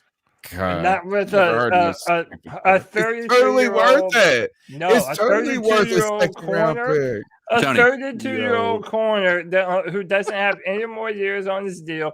You're only going to get to see him play 2 games before you have to trade for him, and you're giving up a second round pick. How Tony, about a third? I want some of whatever you're drinking. Tony, let me ask you a question. How about third or fourth? We would make Tony, picks. We would make money off of that joint. Let me ask you a real question. Do you believe we have a better chance of making the playoffs with or without Stephon Gilmore? Oh, come on. I mean, obviously, it would be silly if I said we had less of a chance. Man. But I would also say we would have a better chance of making the playoffs if we got traded for a guard, too. Right. But so you're saying, like, it's not like Stephon Gilmore all of a sudden it's going to fucking make our offense score points in the third quarter. I want you to visualize something. All right. We're at the final. Mad that you guys aren't on my team. We're at the final 3 games of the season. 2 of those 3 games are against the Bucs. We're in a push for the wild card position. All right. The Bucs have already clinched the division. That's already done, right? We don't have Stephon Gilmore, but now they do. And we have to face them twice in the final 3 games. Yeah, and Sam Darnold. Hold on. Can I stop this? All of this is we come into this show. What is going on? And everybody's like, it's all over. The whole like this, and I'm not talking about the panel members, but ultimately is that people are in here saying the offense sucks. Sam Darnold sucks. The offensive line sucks. And now I'm the person that's saying, let's trade away Stephon Gilmore. And you're like, well, we might make the playoffs. Well, you're talking about tanking. You're talking about tanking. No, I'm not talking about tanking at all. Why would you trade Stephon Gilmore? I don't see it's like a bonus. It's like a total bonus. We just traded for the man, and you're going to trade him. Why? The only reason you're trading away we only have him for 7 games. You feel like you're already drafting for next year. But he's a Panther for 7 games. What are you going to get for him? That's all he is. You traded he's a Panther till the end of the season, homie. Like, so you guys are acting like I'm like talking about Brian Burns or something. No, he ain't even played a snap. But what will you get for him, Tony? That's the thing. We gave a 6th-round pick for him, right? Yeah. Anything better than that is money made, homie. But is somebody going to give us better than that? There's something else. Yeah, hell yeah. No, and we just traded for that? Tony, you're missing something else too, man. We have 2 young corners on our football team. We're going to win the Super Bowl. That's what I meant. C.J. Henderson and J.C. Horn. You don't want them to learn a little bit under this veteran man that's been there, done that, 7 been games, in the Super man. Bowl. All of a sudden, they've both been to South Carolina. Like that's knowledge that you're not just going to come across always, man. We're better for having Stephon Gilmore. And unless we're willing to tank the season away right now, we need him. I agree. The other part is we are 1 game out of a wild card spot, just so you know. Oh, my God. Yes. As of right now. As of right now, yeah. If J.C. Horn was here, would you feel the same way about Stephon Gilmore? Hell yeah, because we were thinking we had all these balling ass motherfuckers. No, I'm not. Right now, our defense just let a team march down with 42 seconds and tie it up against us. So sorry, is that like you can shit on Sam Darnold and the offense all you want? Gilmore. Could have used the and then we would have won the Super Bowl. We weren't in the Super Bowl. Can I tell you who you're more likely to get a second round pick for? Is Dante Jackson. Bullshit. You think that someone would trade you? They're both going to be free agents this year. No way. No way. You're no more way. likely. I disagree. You're more likely to get it out of him 100,000%. because number one, he is at the end of his contract. He is a rookie, right? On his rookie contract. I mean, and it so doesn't matter. He's going to be a free agent. He hasn't. If you wanted to re-sign Dante Jackson at the end of this year, he's not going to be as expensive as Stephon Gilmore, and you have a longer likability of him actually surviving a 5-year contract or a 4-year contract than Stephon Gilmore. Stephon Gilmore is getting to an age where he's but an DJ old ain't gonna make player. the Bucks. All right. That's the point right there. The last point that CK made, that was the point. If you're doing it before the trade deadline, yes, Dante would be more enticing for a second round pick than Stephon because of the injury history. That right there alone, right? But well, yeah, because Gilmore's been around since like 2012 or 2013, absolutely. and he has been injured a ton, but he did have a 3 or 4 year stretch. So he was injured from like 2013 to 2018. But then like 2018, 2019, he just blew it up. Yeah. But you know what, Tony, I got to give you respect for going there, with your take. I live by saying that if everyone is thinking the same thing, nobody's thinking. You know what I'm saying? So you gotta at least throw it out there, even though it's crazy. But you got no, it's not crazy. It's just a rental. I feel like we're just getting a rental, homie. Like, you know what I'm saying? Is that going to really make a long-term difference for our team? Well, let me rephrase. Gilmore going to make a difference beyond our team than this next 7 games? Where you said, and that's kind of like where I'm interested at is we don't have a second round pick. Cody, what are the picks next year? We got a first. We have one pick in the top 100 next year. We don't have a second round. We don't have a third round. Oh my God. So yeah, we're bearing in the draft department point too, is that he would certainly help us for the next 7 games. But are we really, if you guys are talking about his injury history, this and that won't warrant a trade or whatever, is it going to warrant us? And as Cody is saying, who's the better pick for Dante Jackson? Who's going to be more expensive next year? Are we legitimately going to sign Stephon Gilmore back? And if the answer is no, you know what I mean? Like if it's like, you know what I mean? Like it's not in the long-term plan of this team, then getting an asset for him is not the most ridiculous thing. I'm sorry. Is that it will work for 7 games. You have a 7-game, you're leasing him for maybe not 7, whatever it is. We're at 6 games. So what? There's 17 games. So 11 games. Yeah, 11 games coming. I mean, yes, it will make a difference this year. But I mean, like at the end of the day, we don't have a second and a third and a fourth or a third round pick. And if getting him, what was Richard Sherman? Out. He's about to go on IR probably for the hamstring, just like that. They're trying to win a Super Bowl. I don't care if they're a division rival. No, man, if you think that this is a dumpster fire now, if they trade him to the Bucks, oh my goodness, it's even more. It's a bigger dumpster. We would be the laughing stock. Wow, it would be a landfill. It would be brilliant, bro. By the way, this is the last thing I'll say on Stephon Gilmore. So Tony, I'll meet you in the middle. If the Panthers continue to downward spiral and it's looking terrible, maybe you consider it. Fine, especially if even during that time Stephon Gilmore plays well. Even still, I wouldn't send him to Tampa. But what I will say is this: who gives a fuck? Hold on. Let me finish. If we do end up making a push for the playoffs, I just want to give you guys a reminder of some of the people that we still have left on our schedule, okay? Calvin Ridley, DeAndre Hopkins, Calvin Ridley is a non-threat, man. Antonio Brown, Mike Evans, Emmanuel Sanders. We have a bunch of really good players that we still have to play on lined up across from our DBs this year. And if we're going to be a contending football team, we need as much help in the backfield as possible. because we need to be able to consistently play man coverage. And now that CJ was out and JC was out, our defense got away from that, and our pass rush suffered because of it. I don't know how I could be the villain of my own podcast. I'm You do it sorry. all the I time. don't know how I can be the villain of it. As You turn somebody, heel. is this all right? How about this? You want me to go more villain on y'all? Fool? No, Do it. Not really. that's kind of Do it. mean. Full Lex Luthor. Go. What happens? You're all if, off the podcast. Who do we? Yeah, I know. It's somebody else's podcast. Who we play? The Giants next, and then Giants, then Atlanta. Falcons. The Falcons. What happens if you win one or if you lose one of those games? Are you gonna come back here and be like, "Oh, you should have Stephon Gilmore for the playoffs"? What do you think about this? Is that there's 2 more games?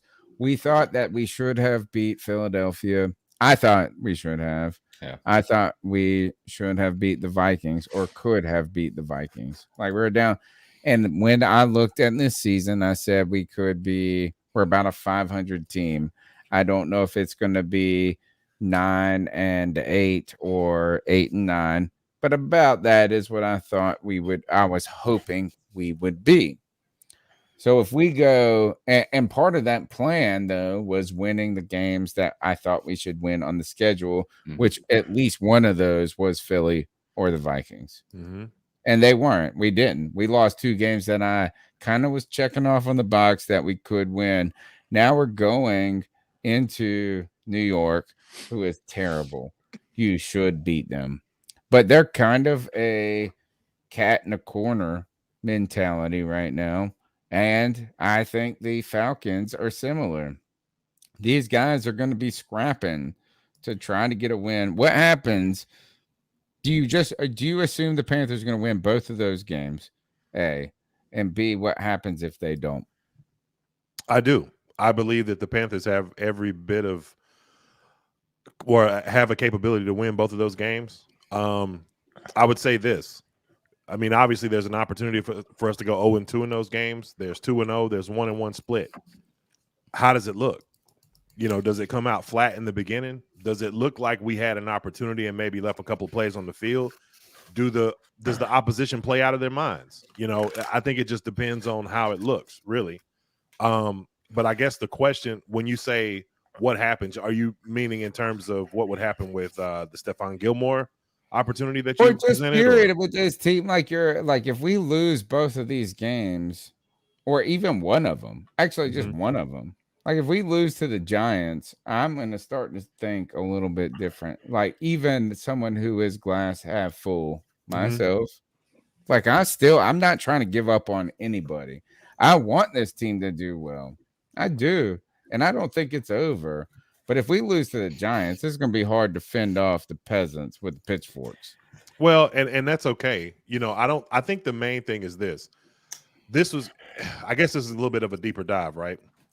So I talk about how David Tepper mentioned that when he hired Matt Rhule, that he was hiring his Chuck Noll, right? Because, he comes from Pittsburgh. So if you go back and look at Chuck Noll early in his, coaching tenure, I mean, he was below 500, I think the first 2 seasons, finally broke 500, and then went back below 500 only to win a Super Bowl some 5 years later, right? And so I know that it's a lot different. There's social media, there's that pressure, there's the, actual media pressure, there as well. But one thing I did like about Jerry Richardson when he was here was, you didn't really get a whole lot of takes from him. You didn't see a ton of pictures other than his stoic look at the, top of the, box that you would see all the time. But he gave Ron Rivera an opportunity to figure it out. We started off Cam's first season 6-10. The next year you saw improvement, 7-9 the next year. Nah, we were 2 we only won 4 games in Cam's. It was not a lot. No, we were 6-10. So it was 6-10 was his rookie season. 7-9, and then the next season they started off 1-3. And if you remember, the Riverboat Ron situation came because he started going for it a lot on 4th down. They end up stringing together a great season to go 12-4, only to drop back down to 7-8-1. Then finally came the 2015 season of 15-1. And so what I'm saying is that I think it depends on how it looks, because even though I personally have a stretch goal for this team of 12-5 record, right? And I only got 2 more games left, right? You know what I'm You saying? better be winning. We almost there, man. Right. No wonder you think they're going to win the next 2 games. The only reason I have a stretch goal, but here's the reality of it. I don't care if I'm wrong. Like I'm cool with being wrong, because with new information, I don't necessarily waver on my takes, but with new information, I'm willing to adjust, right? So I still believe in this team enough to go 12-5, but at the same time, I understand this. Anything over 5 wins is a building season, right? Because we were below 500, we won 5 games. If they go 7-10, it was improvement. I agree. Regardless of how we look at it, regardless of how we want to look at it, it was improvement. So then what do? We build on top of that for next year. We have shown that we have a GM that hears the cries of the people. They fix the defense. Now they're going to focus on the offensive line.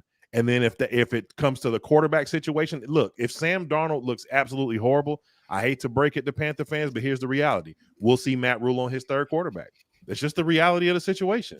I would hope that quarterback would be, someone whose name rhymes with Rashawn Austin. But, the point is that, that's likely, not going to happen. But at the same time, it's like this. It's, you just want to see improvement in spite of all the situations. What we saw, like 2 teams, Dallas and us, Sunday. Dallas used to be the accident waiting to happen, but despite bad play calling from Mike McCarthy, despite turnovers, they still found a way to beat New England. They found a way to win. With us, we fought back. The defense was just gassed. I can't blame the defense for falling apart. You can, but it's hard for me to when they gave us so many opportunities. They gave us so many opportunities. Problem. Exactly. So with all those opportunities that we had, we still tied the game up at the, and Sam went on almost what would have been a game-winning drive, right? And who knows what would have happened if he would have gotten the ball back in his hands. I think we probably pulled that game out, so it is what it is. But I just like to see the fight. I'd like to see, more consistency. Obviously, I'm interested to see how this play calling changes, if it even does, which it's just a dumb quote from Matt Rhule, in my opinion. But right, Matt execution. You know what I mean? Like it is a cacophony of errors. You're listening to John Fulmer, One Carolina. You can find him on Twitter at the One Carolina. And I hope you continue to hang out with us, because we just hang out until we all go to sleep. Yeah, I ain't going to get to and good, stuff. But we got some fans in the chat room who want to know how to find your YouTube channel. So at least give them the direct info. And this makes it sound like we're a serious radio program, because I'm plugging my people. Absolutely. I appreciate that, man. So you can find me on YouTube at One Carolina. That's just One and Carolina. On Instagram at the One Carolina Show, and on Twitter at the One Carolina. I tell you this is awesome. That like the Panthers, I just feel like, look, is that you guys are all picking on me every week. They love to pick on Tony. They love to pick on their elder because you pick on yourself. Yeah, you give them all the fuel necessary to pick. They love to pick on all me. Over you, man. But I'm just trying to point out to you guys some things as someone who's been doing this for a minute, who has little bit of the over perspective. Last year, how many Panther fans were on Twitter talking about James? We should have signed James Bradbury. We signed James Bradbury. Like he would have changed the whole thing. And guess what Giants fans are saying right now? Trade this motherfucker. They're about to pay him $20. Like he are they really saying that? Yes. They loved him. Everybody loved him last year because he was producing. I'm just trying to tell y'all is that is a recency bias or a prisoner of the moment part that comes with being a fan. And for someone who was hesitant about Christian McCaffrey, everybody is ready to give up on him. I'll tell you this, for his first 3 years, the story was he was durable as fuck. And now he's injury prone. The story is the story until it's not. And that's all I'm trying to say is that, like, the story about Sam Darnold is that he sucks until he isn't. The story about this team is that the just last year, everybody said James Bradbury was the truth, and now everybody turned on him. Mm-hmm. That's all I'm trying to say. Don't tell Pat Coltrane. That's his favorite, man. That's Loves his favorite. James Bradbury. Well, he that's his probably best hates friend. James Bradbury. Does No, he love him? he interviewed him. He got to do an interview with him, so that's Nice. that's his best. Now, friend. you know who my favorite then is Ben Wickery. I did an interview with him. No. The scapegoat. Ben, for, yeah. Oh, totally. Ron Rivera threw his ass totally under the bus. Was this before or after and- Julio's 225? Oh, this is. It was it was like a 325. 325. It was a lot. Like, but it was his first game back from a broken leg or some shit. And they were like, go defend Julio. Right. And it was like, them poor fella. And the other person that they threw under the bus, which I did not interview, was Corn Elder. But one ass play, like he had just come off an injury. And everybody's like, oh, go out there. And it's like the scapegoat. Can I ask you a question? Is Tony just bad luck for people he interviews? Oh, hell no. Maybe so. Who's got all right? Best good interview. Name all the players that you've interviewed, and then You you have ready? to decide what happened after. All right, you ready? You interviewed All right. them. Ben Wickery is one of the early ones. Demir on. Bird. Injured all the time. Demir and then Bird, which Injured all has the had time. a sensational career. Oh, it was a butt touchdown. That's it. Oh, dude, he's still in the league, dude. That mug is still playing. Little Is he Bird playing for the Bird. Panthers? Okay, right now and that's your then claim the to other fame. players are players who played before. I've talked to Deshaun Foster. I've talked to Mike Mentor. I've talked to I got Will Witherspoon is another one. I got 4 or 5 of them back in the pocket. But yeah, I mean, I've tried to scoop on some of them special team players. They get caught up in here, and then I root for them. I didn't ever, players I wanted to interview more than anybody. Number 1 on that list, Cameron Artis-Payne. Favorite player all time, bro. Did he? Give it to me. I just would like to see the DMs that that Tony has tried to send to camera stars in. Like, I just want to see. Dude, Mike Tobert's respond. mom fucking got mad at me because I talked shit about him one time. That's another good story. Maybe we should talk about players who have been blocked by. Derek Anderson is one of them. Fuck Derek Anderson. I hate that dude. I wonder what you even be saying sometimes. Let's get into some of these cat calls, man. Let's see what these people. Hold on, let me pull them up. At least give me a 30-second moment. While he's doing the 30 seconds. No, quick thing. While he's doing you need the 30 seconds really quick. So I know you guys didn't really talk about this, but I wanted to speak to this real quick about the whole fan situation. Sure. PSL owners selling. Stuff like I'd love to hear this. Yes. So here's something we got to take into consideration, because I realize that fans are going to show up when the team is winning. Obviously, winning cures all. But another thing you got to remember is this: next to New York, second to New York, Charlotte is the banking capital of the U.S. Yes. 56% of people in the U.S. don't leave their hometown. The others that do go to more opportunity. So we're getting people we got implants from all around the world. Moving into Charlotte, fans of everybody else. So it's not just the PSL situation. It's literally you have a hodgepodge of people in this one city, the second largest banking capital, that are coming in, and they're fans from everywhere. So I just think we had add a little perspective to that situation. Yeah. Well, I also believe that PSLs contribute to that. I do too. Right. Number 1 is that you have to have this money volume to even buy a season ticket, and then it becomes kind of an investment. That's one thing.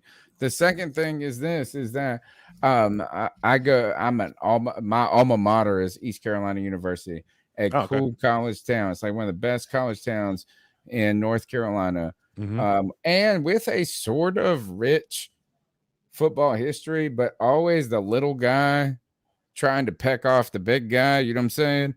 And I have always said, man, we have great football fans, but I don't know if we have the legacy, the success, and the history to sustain long-term troubles or losing.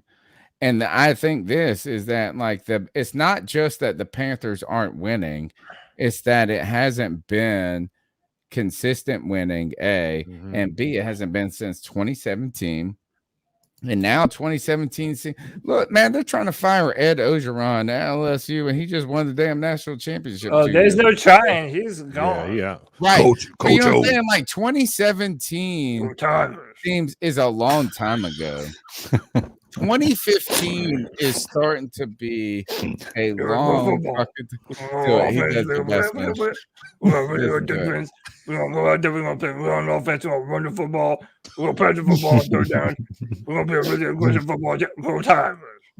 It's so good. That's that order. It's so Maybe we good. should hire him as our offensive coordinator. I know. But what I'm just saying is this. Throw Is the that football to if Christian you are- McCaffrey. Second down. Throw the football to DJ Moore. To Robby Anderson over the top. Go Panthers. It's so good. But I don't even know what to say because it's funny.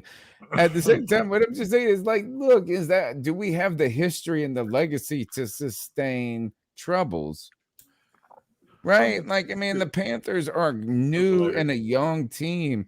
How long can we flog the 2015 horse for?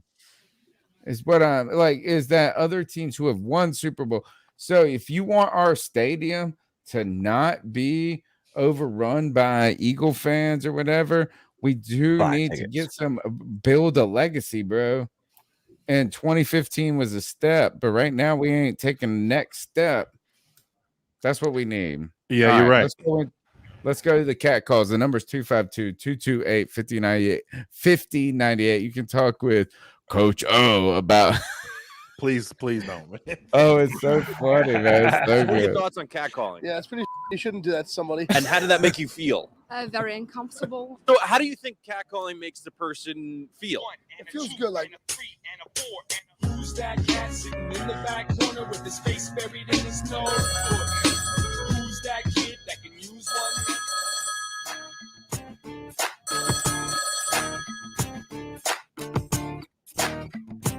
Hey, Tony, Cody. Hey, and the rest of the crew. I think y'all are too hard on Sam Darnold. One, he's got wide receivers who are dropping passes. He's running for his life because you have an offensive line that can't protect him. And then one reason why the Panthers get out-coached in the third quarter because Joe Brady is having to deal with defenses making adjustments at halftime, and taking until the fourth quarter to figure out how to counter it.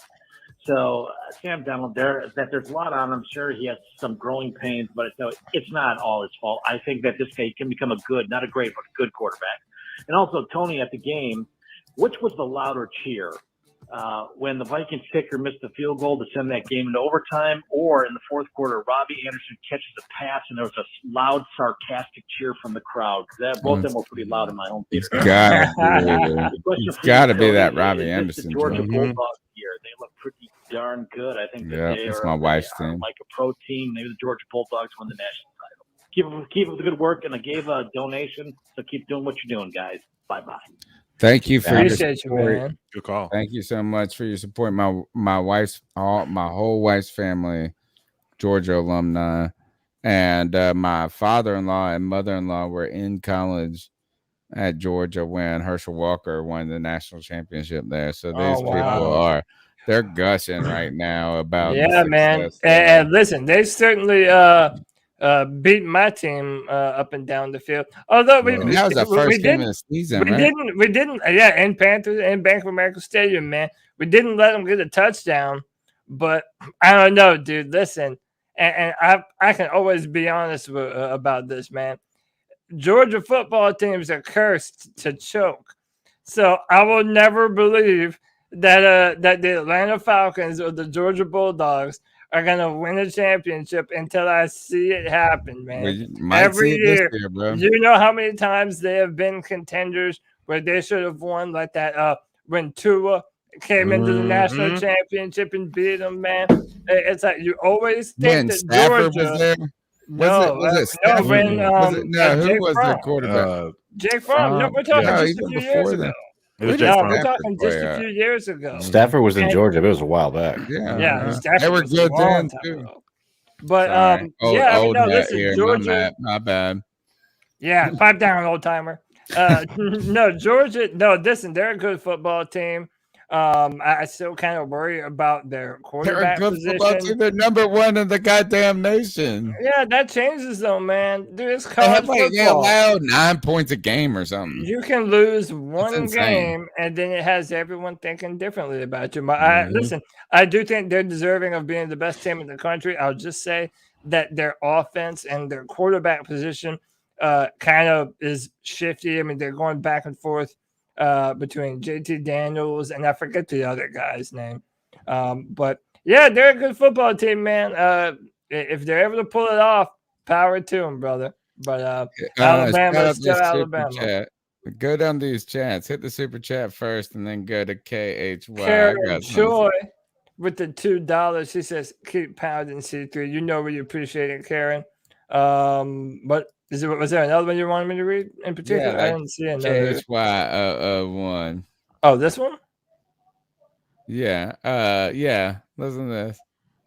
Read it. Just read it out loud. You mad, Darnold? Y'all stress. I hope those PMP dudes was already doing draft analysis. I think they're doing draft analysis. And this is what I'm trying to tell you. All of y'all shit on, first of all, we were mad at you last year for doing the tank shit. All you were doing was the tank. And everybody was wanted mad Trevor as fuck Lawrence, at you. man. I don't even care. That's fine. No, they were mad at you.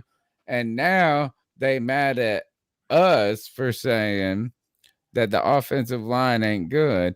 And then last year we'd be like, oh, Teddy ain't doing enough. And they'd be like, this is the worst fucking offensive line in the world. It's just excuse making, man.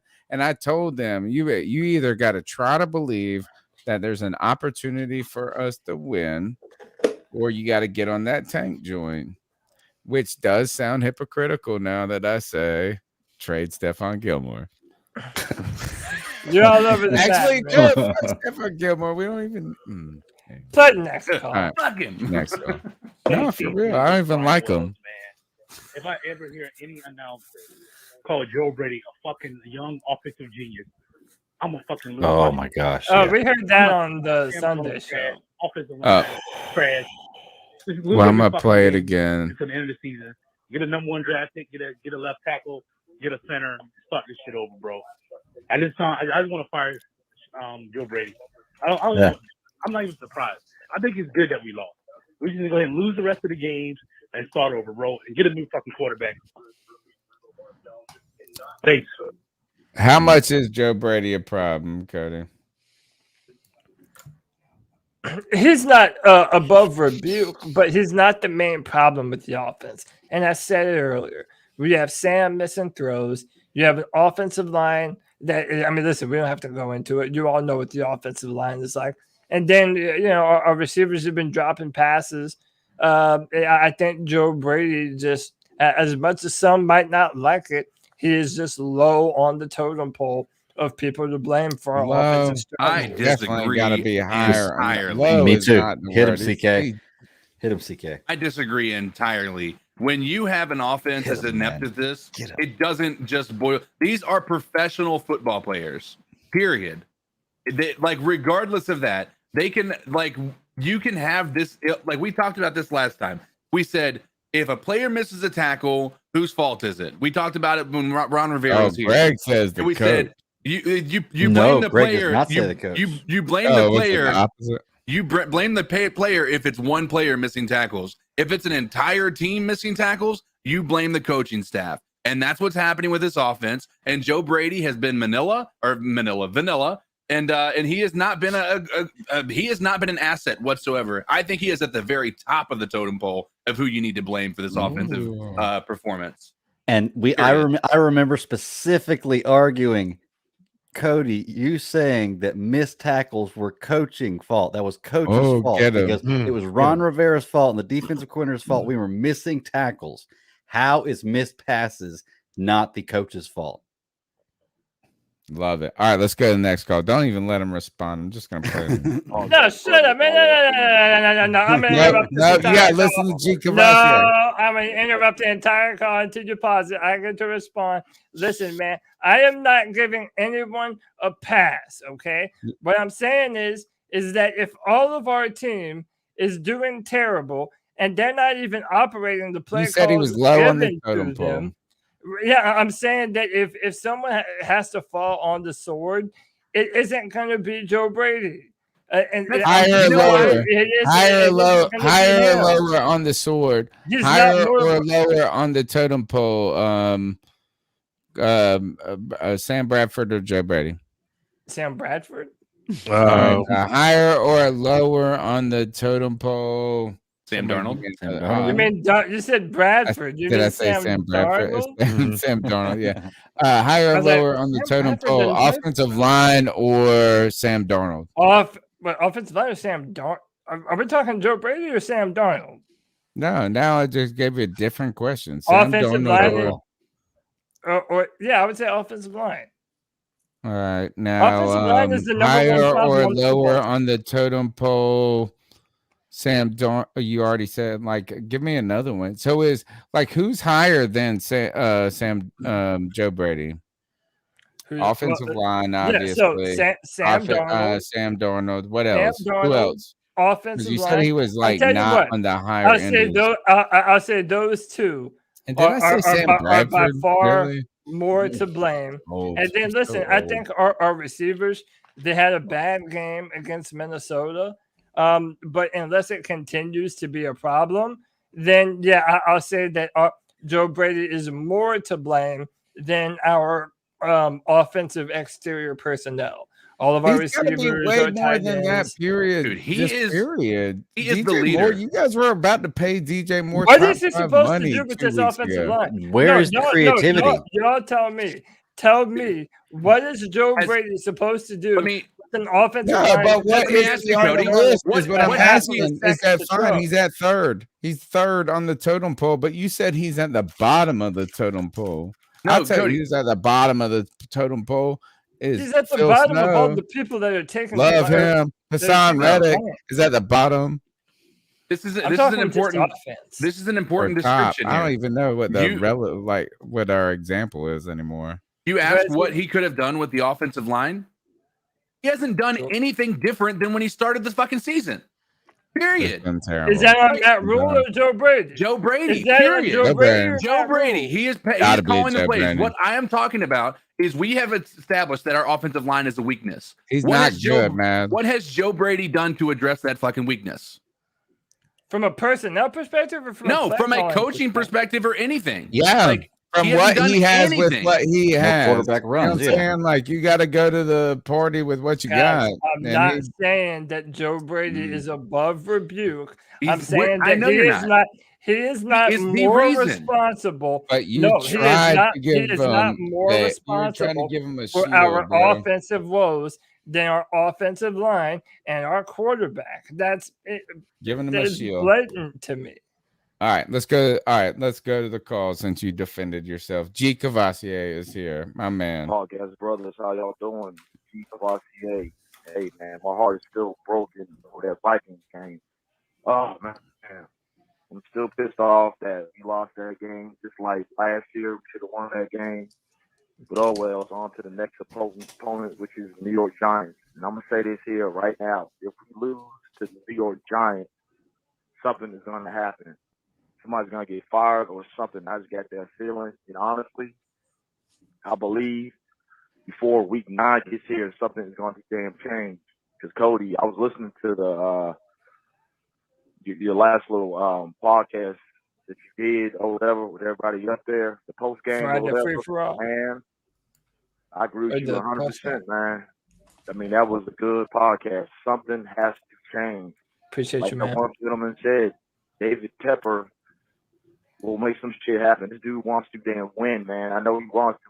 He built that nice ass building, a training facility down in Rock Hill, South Carolina. This dude can make something happen. He's the richest owner in the NFL. He can make something happen. I'm telling y'all, I still see us making the playoffs. I don't know how we're going to do it, but I think that we can. I really do. Offensive line needs to be fixed. And Robby Anderson, it hurts for me to say this shit, but hey, if we have to let him go next year, let it be done, man. I like that dude, but he is not doing nothing really this year. and he got caught 2 touchdowns or whatever so far this year. He's too explosive, man. He's too explosive. And Brady, I don't know. That college offense is not really looking good in the NFL, man. So give me your thoughts on that. Do you feel like something's going to change? Because I do. Keep pounding. Keep pounding. I mean, we hope a lot of things change about our offense, man. I said on the Sunday show, I think that David Tepper needs to start getting a little bit of the blame thrown his way for how he has chosen to undergo this rebuild. He's a billionaire. He didn't want to come in here and wait 5, 6, or however long to rebuild the football team, even though it doesn't have to take that long. But I think David Tepper waited too late to make every important decision that he had to make. I think he was far too late in firing Ron Rivera. He was far too late in firing Marty Herney. Then he reversed the process and hired his head coach before hiring the new general manager, which it tends to be vice versa, the way you do that. Then on top of that, the Panthers haven't had a franchise left tackle, and now this is more Fitterer. But I in a way, I view David Tepper, Matt Rhule, and Scott Fitterer as a trio, because I genuinely do feel like these 3 guys are putting their heads together when it comes to all decisions involving the Carolina Panthers. So then now you're kicking the can down the road on quarterback again. We're still wondering who made the decision about Teddy Bridgewater and who paid him that contract. We're wondering about Sam Darnold and whose decision it was to bring Sam Darnold from New York here to Carolina. And now if Sam Darnold isn't the quarterback, well, man, look, the one common denominator in the past 3 years where the Panthers go from boom to bust real quick at the start of the season, David Tepper is the one through line in all of that. So I think we would be remiss to not start to criticize some of the decisions that David Tepper has been making. And I think that's fair at this point.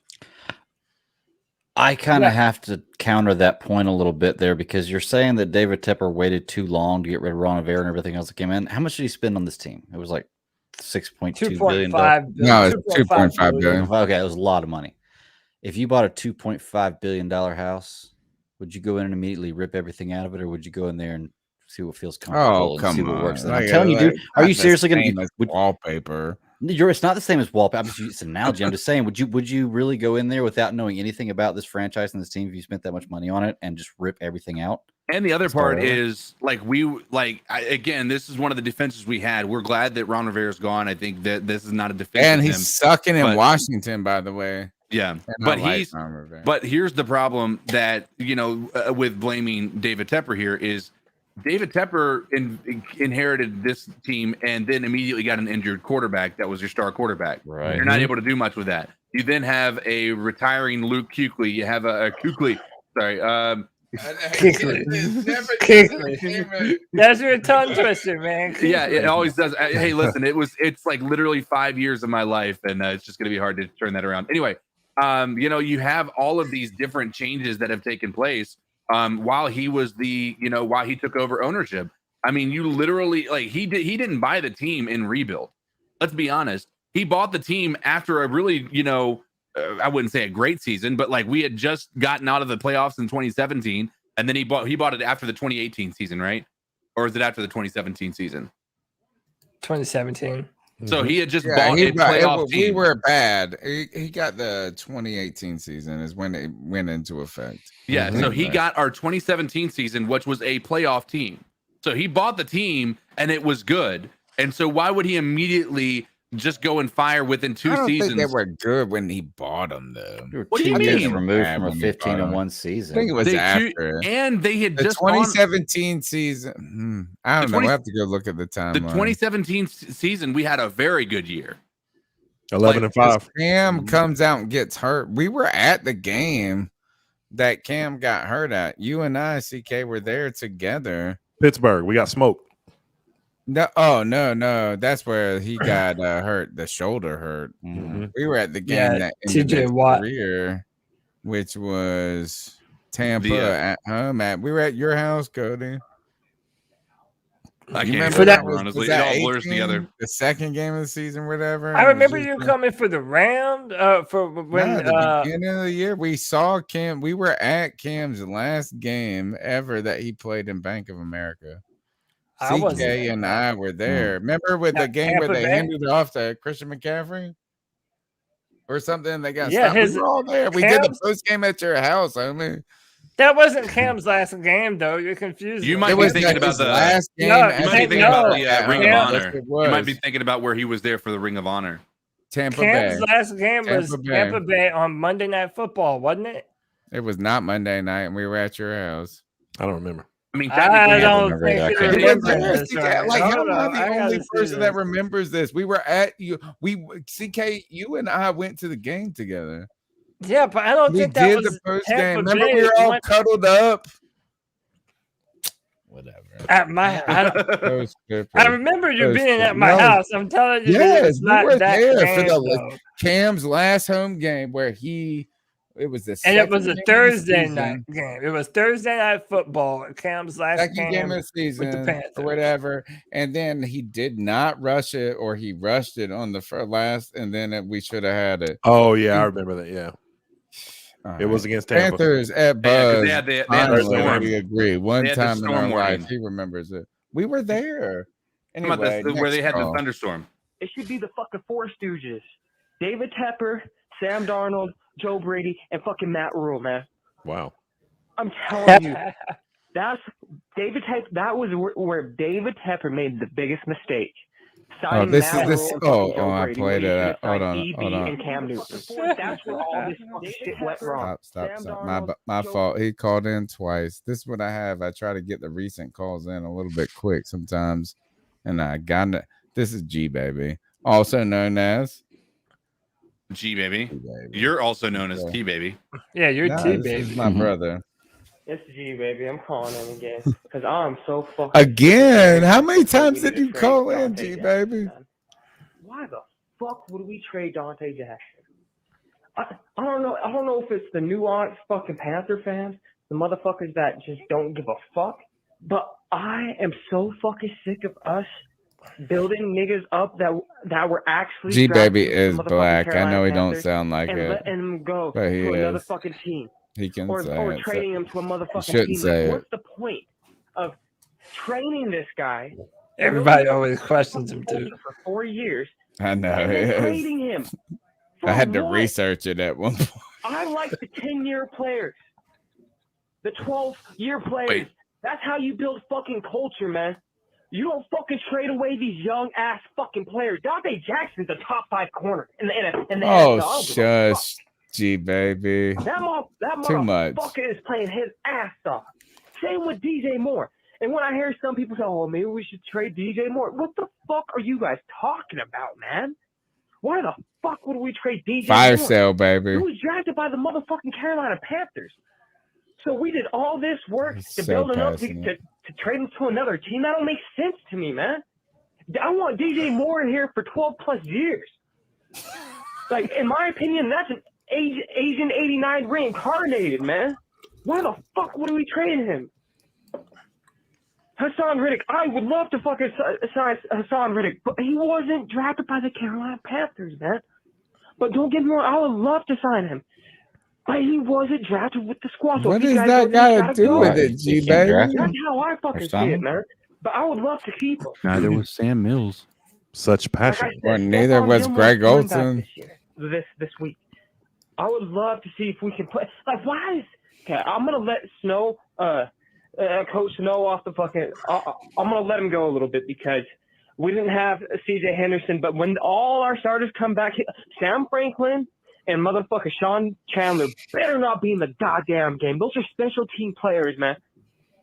Those are special team players. I don't know how many times I gotta say this shit. But Dante Jackson, what the fuck? We need to give that motherfucker the bag, man. Playing his ass off. That's just how I feel about it, boys. That's just how I feel about it. I'm gonna continue to call in tonight, man. Yeah, but he already. fucking I'm skipping two of his calls that were And Matt before, Rhule, by the way. fucking liar, bro. I told you that dude's a fucking con artist, man. Lie. He don't have a problem lying to our fucking faces, man. I'm trying to tell you guys, man. That dude's a fucking pathological fucking liar, man. Who is He even should have talking never about got the him? goddamn job. Eric Bennett, the fucking. I think he's talking about Matt He Rhule. can't say- Hey, come on, Matt Rhule. Hey, all all I right, can say. so how about this? Are we giving Matt Rhule? All right. So I always say this: G Baby is one of our most passionate callers Clearly. and fans all the time. Yeah. And people make fun of me because they call me T Baby and his cousin.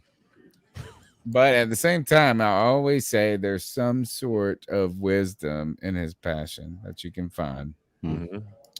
And at the end of the day, my question, or at the end of that call, not the end of the day, but are we giving Matt Rhule a pass? Hey, Because I don't know what I think about Matt Rhule yet. You know, it's like, is he this great motivator? I don't really know. It's like right now he hasn't been awful. He hasn't been good. He hasn't been good. He hasn't been awful. He's kind of been bad. Like, when are we giving Matt Rhule a pass? I guess that's G Baby's wisdom into I the think call, for the call. For at least this year, certainly. Next year, possibly.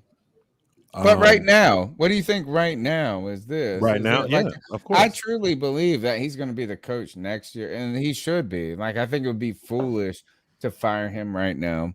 I'll go out on the ledge and say that Matt Rhule's going to be the coach of the future. Like, I'm not afraid to say that. Yeah, I'm not afraid of. I'm not afraid of that. The timeout stuff and then this and that. I mean, it's not been clean this year. I thought last year he did better than I expected him to do.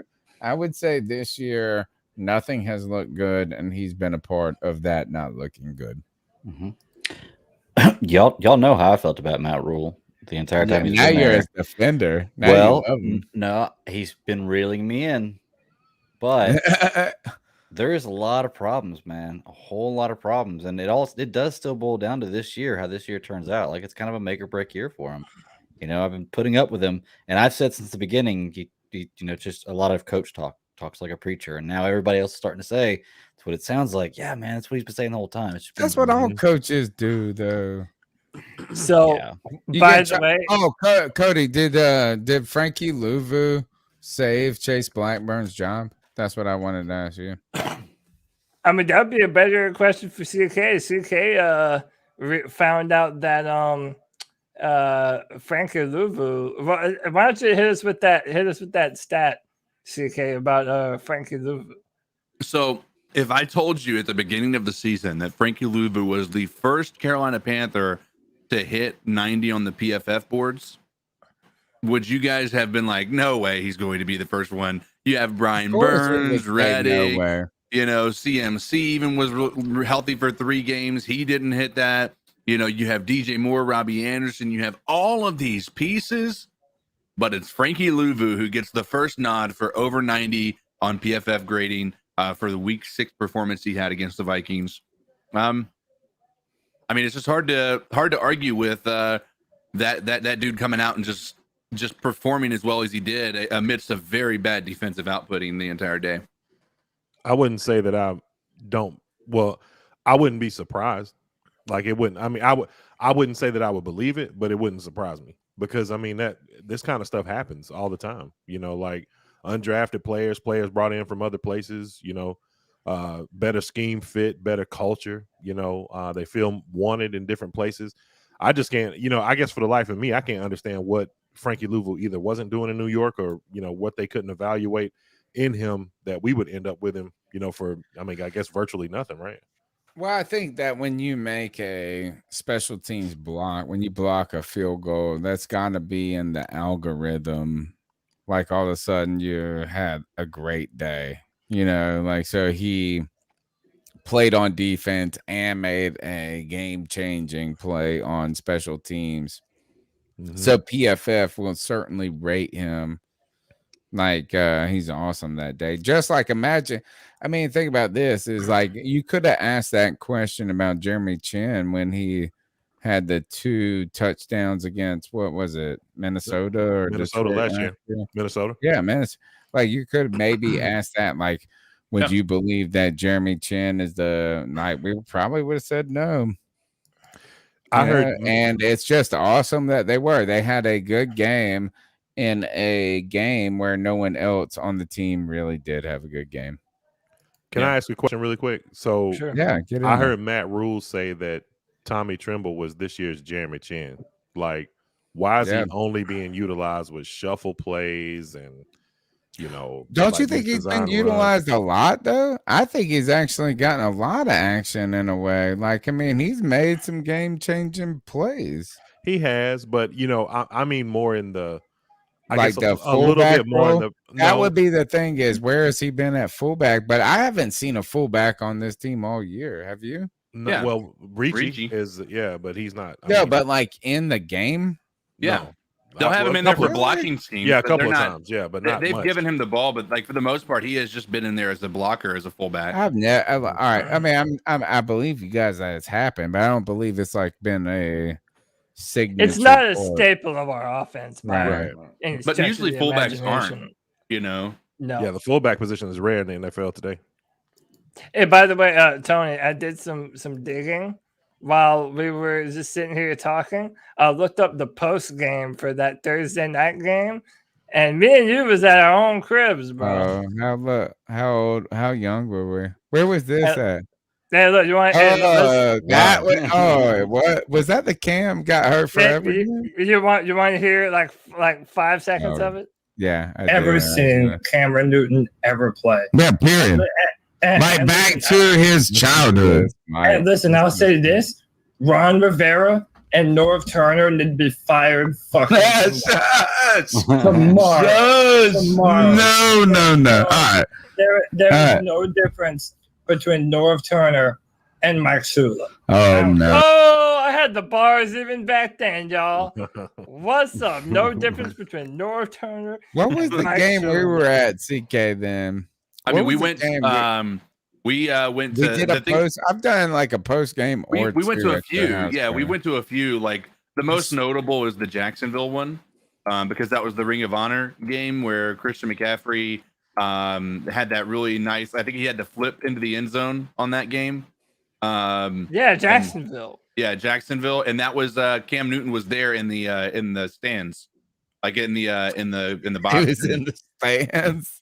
Yeah, like he was in the. What he was was in the the box. last game that we were there that he played together? We've been to only one together then. No, Is Did that y'all, what go we to, did? did y'all go to Seattle?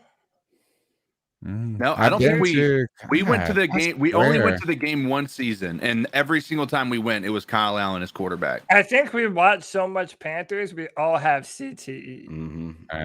Like we all just All run have together. traumatic. How about brain that? injuries Is we that can't look at how remember shit. young we look there? That's what I love about it. All right, let's go to the next one, and it's probably G baby. It should be the fucking Four Stooges. We already heard Sam that one. Darnold, Joe Brady, and fucking Matt Rhule, man. We heard that one. We heard. No, I didn't play it all. I That, stopped it. that was where David Tepper made the biggest mistake, signing Matt Rhule and fucking Joe Brady when he should have signed EB and Cam Newton.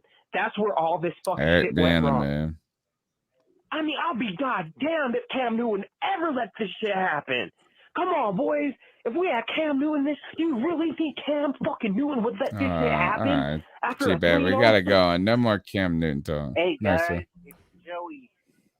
What's up, Joey? I was thinking at work while I was slinging packages of screws and bolts into boxes. I thought he was gonna say And something else. I know. the podcast this night. And what do I really got to say? And the thing I really got to say is that, like, I think a lot of people forget that we're in a rebuild. You know why I say that? Because we were pretty damn good for a rebuilding team. I mean, most rebuilding teams, like, look at the Jaguars. Mm-hmm.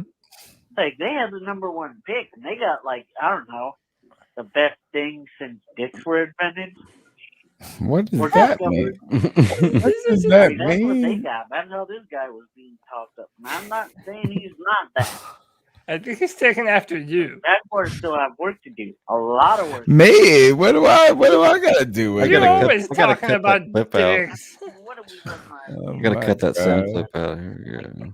I know the best thing since dicks But have been it was a more good the time. Duck All right, it was here, let's better go to than his Duck promo than round. I We gotta thought. give him his promo round.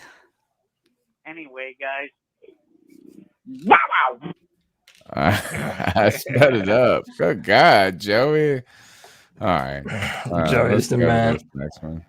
Panthers are just missing their main primary weapon, just of course McCaffrey. The last 3 losses have been heartbreaking, but I believe with a few tweaks here and there and a slump killer, which would be the Giants, everything should go back on track. All right. This is the call I want to talk about. John, what do you see the season looking like from here on out? Is we're 3-3.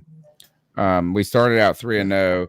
Last week, I go on this radio show every week and we make our picks. And when we were 3-1, 3-2, now we're 3. Yeah, I said it felt like we were 2-3. Even though we've won 3 games. Where do you see the season going? I mean, like, yes, we've got 2 winnable games ahead of us. At least that's what we think with the Giants and the Falcons. But we also thought that the Eagles and the Vikings were, opportunities for us to win. The schedule is going to get tougher, starting with New England, and then you got to play Tampa Bay twice in the back end. You got to play Buffalo. Where do you realistically see this team going in the future? I think it can be a little tough if we don't make any philosophy changes. And here's what I mean. I don't think that you reinvent the wheel, but we talk about Matt Rhule and his timeout situations. It's been bad. It has been very bad. It's been bad. And it wasn't just this past game. We've had every Last week season. this year. You know what I think that comes from? Again, it's one of those situations where you over prepare. Like when he was trying to throw Morgan Fox into the game, that time, and there was a 12 minute. Where has he been at, by the way? Good question. But, I feel like when you go into the coaches have a game plan, right? And they have a couple of contingencies. Let's just say, for the sake of argument, a coach has a game plan and they have maybe 2 or 3 contingencies that they can use, executive orders, if you will, from a presidential perspective, that they can use at any given time during the game flow, right? But for the most part, just like every coach says, you win the game during practice during the week. Well, if we practiced all this stuff during the week, but then you add in another 10 contingencies, that's when you get these timeout issues. That's when you get the personnel issues and things like that. So I think that they've got to stick with their philosophy. And I'll tell you this is one of those philosophies that I'll speak of. I think the philosophy has to be, we're willing to do whatever we have to do to be successful. What if the success looks like this? What if they give someone that most of us would say has been lackluster, to say the least, Terrace Marshall Jr., an opportunity to do what he did in college, which is not only play the slot, which is where they're mostly lining him up, but also outside. Give him a chance at some 50-50 balls. But guess what that would require? You would have to move Robby Anderson to the bench sometimes and also outside of position. And to me, I feel like that's something I'm willing to try. I mean, what else do you have to lose? I got to see what I got on the roster. Sadly, he has a concussion, so that might take a little bit. Right. But I'm saying once you get that guy healthy, you got to, I mean, what about Shy? Yeah, we thought he was going to be a bigger part of the offense earlier.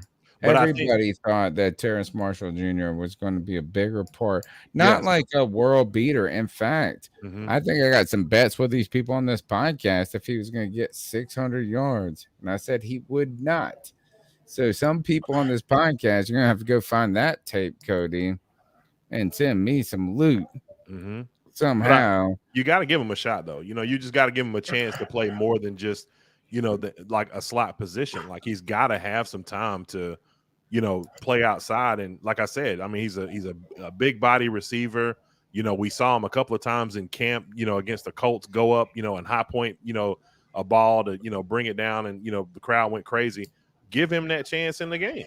You know what I'm saying? Like, give him some, throw it up and just, give him a 50-50 shot just to see what you do have. Maybe they're doing that in practice and we just don't see it translate to the game. But I think that, if those things, and I'm not saying that that's what has to happen for this to change. I mean, a couple of different plays and we're, 5-2 right now. You know what I'm saying? Or excuse me, not 5-2, but Yeah, potentially 5-2. You know, with a couple things going our way, but excuse me, 4-2. My apologies. But I think that this season has an opportunity to at least show us what this coaching staff will look like moving forward.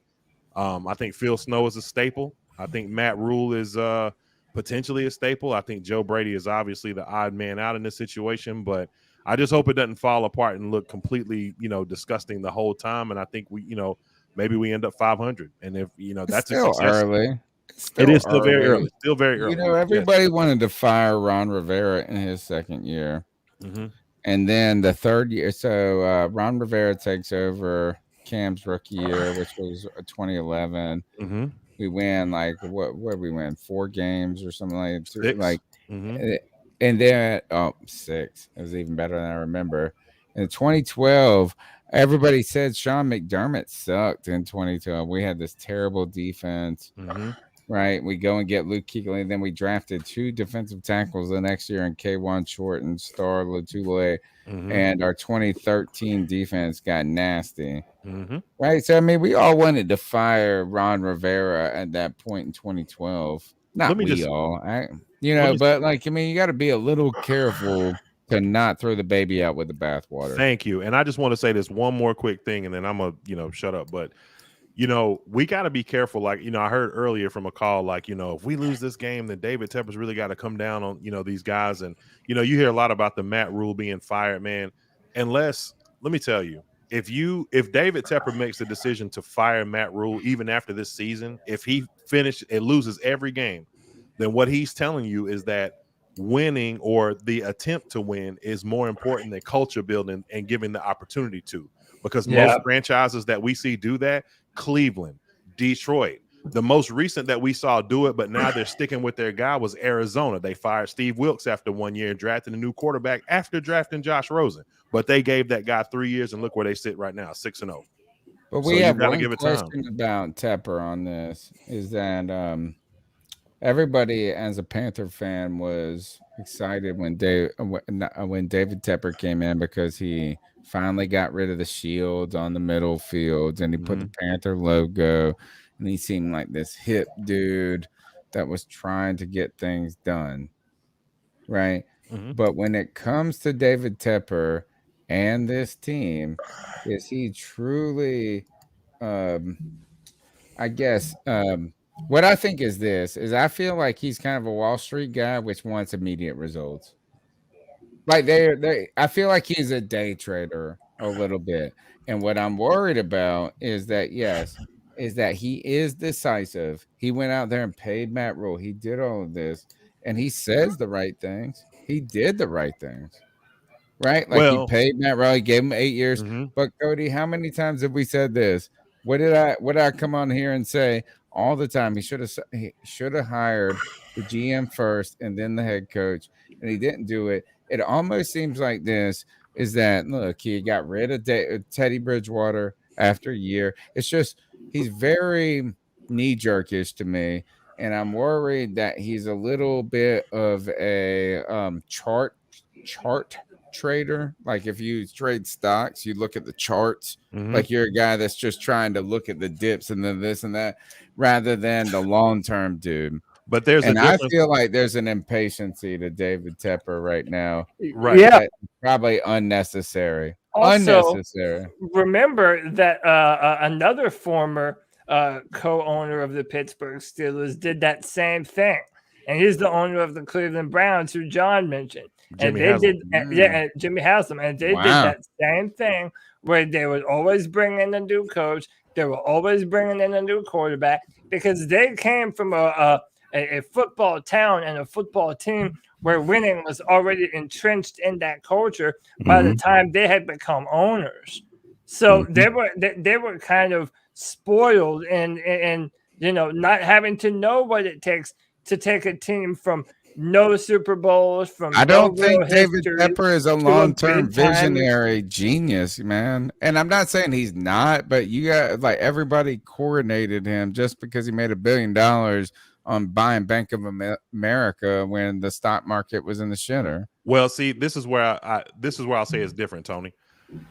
being what David Tepper was, which was a hedge fund manager versus an analyst, are two different plays. So let me give you an example, right? You talked about day trading and looking at, the stock sheet. An analyst is going to play the daily market. The difference between him and a hedge fund manager is a guy that has to go out and get more new investors, which you have to show, hey, I've got these people growing here. Why don't I bring you on? That takes patience. In order for him to get to the point where he got to, he had to add more investors. He's got to have a balance of short-term, long-term. Absolutely. And that's why I think it's a little different with him, because he, like Cody said, the Cleveland Browns, they got a hardcore fan base. We're not a storied franchise. We only been around for 20 some odd years. You know what I'm saying? So but they ain't ever won shit either. They're just old. They're just they have old. history. Yes, they do have they a have hardcore real fan base, history. and that's a testament to them. But they haven't ever even won shit, bro. Mm-hmm. Well, they did have win. They ever won? Somebody look that up. Have they ever won a Super Bowl? They won a championship before the NFL merger. NFL. Yeah. Oh, that doesn't count. I kind of think the same thing. It's like it is before. All right, let's go to the next call.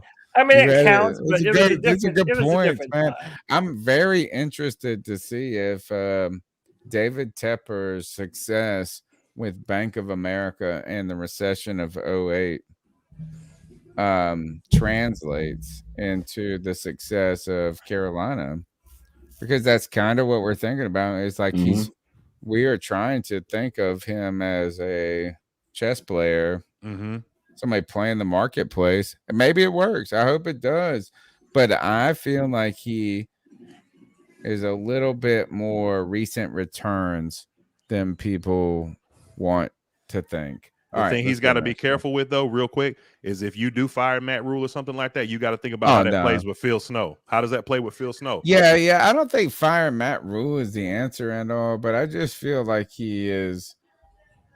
I don't know how to say it. I think that Matt Rhule definitely has next year. Yeah, I totally think that. Yeah. If Matt Rhule gets fired, it would just be foolish. Yeah, I think it would be foolish to not give him 3 years. If Matt Rhule gets fired, Snow is out the door with him. And is Snow the best coach on this staff? Who got it? All the people that are in the chat that tell me I'm stupid. Boom. First on the watch right there. Next call. Hey guys, it's Joey again. I just wanted to help you since I said my memory's awesome in the last call. That Pepper bought the team after the 2017 season, guys, because there was this thing after the 2018 game when we started 6-2. I remember that. I remember we started 6-2 in 2018. I remember, what was it? Was it the Ravens we beat? I was at one of those games. I was at that Bucks game in 2018. It was in November. And I went with my dad to that one. Then I remember watching that god-awful Steelers game while I was in school at GMS. And that's like, you stay there. So like, yeah, like my house parents, like they would let me watch the damn football game because they knew I was a nut. If I didn't watch my Panthers, I'd lose my shit the next morning. So that was that. That was not Cam Newton's last game, but it was the relevant Carolina Panthers under Cam Newton's last game. And then 2019 Rams week 1. I don't even like bringing up this week 2 game. It was absolutely god awful. The worst thing I've ever had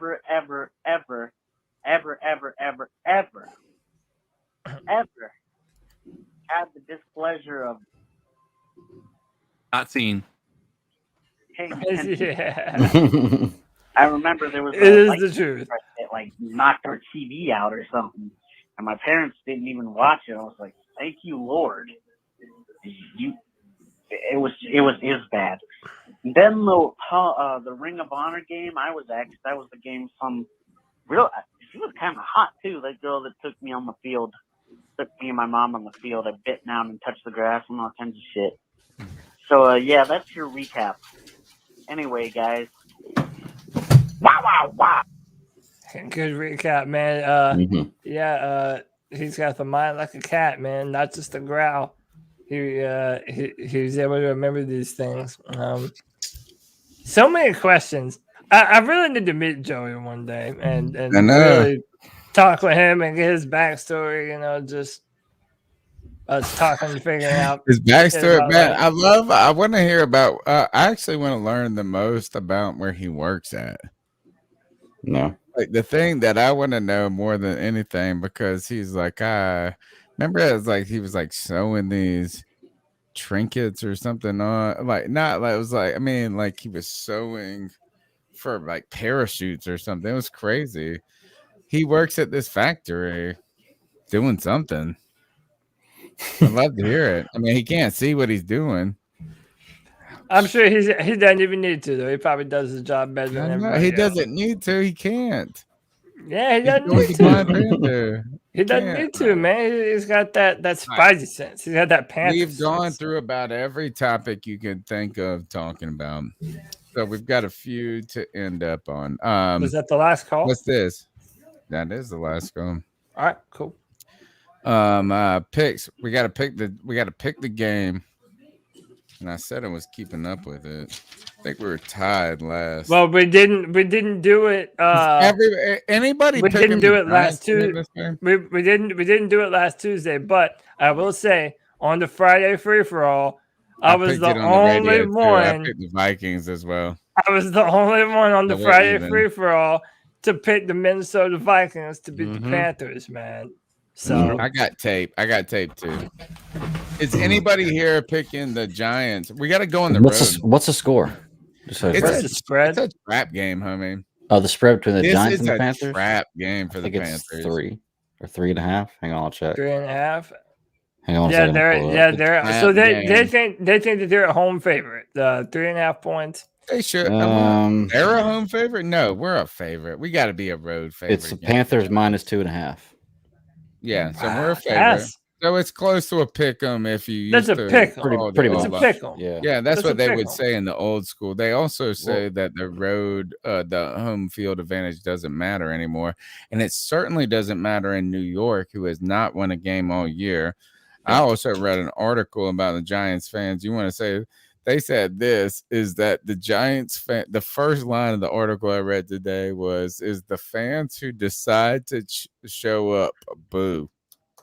That was the thing. I mean, we're upset. Think about how pessimistic we are at 3-3. These mugs ain't won a game since like it's been a Daniel the New Orleans Saints drafted. And they beat the New Orleans Saints, you mean? Did they? Oh yeah, that's right. I think they did have one win. They did do that. And Gettleman, we get a little Gettleman revenge match. We get the James Bradbury. Yeah, that's fun. Graham He'll Gano. probably have like 7 picks. Graham Gano. Fucking Graham Gano. Isn't Butler on the Giants? Should have never let him go. Nah, Butler is Vernon Butler's on the Bills. I think. Yeah. Didn't Gettleman pick up somebody else that was a big bruiser? So hey, before we pick this game, I think it's important to note that Giants have placed left tackle Andrew Thomas on IR. Apparently, they drafted. Did he draft him last year or this year? 2 years ago. That was my number 1 rated offensive tackle in that class. Over Jedrick Wills. I had him above everybody, and he has been playing good. But apparently, right now, was he playing left tackle? Because I thought the other tackle. guy's Soldier was playing left. No. And by the way, just in perusing the Giants subreddit, there's all these discussions about Giants are historically bad right now. So they hate Dave Gettleman, bro. They hate Dave Gettleman. They don't like their coach a lot. They don't like Daniel Jones.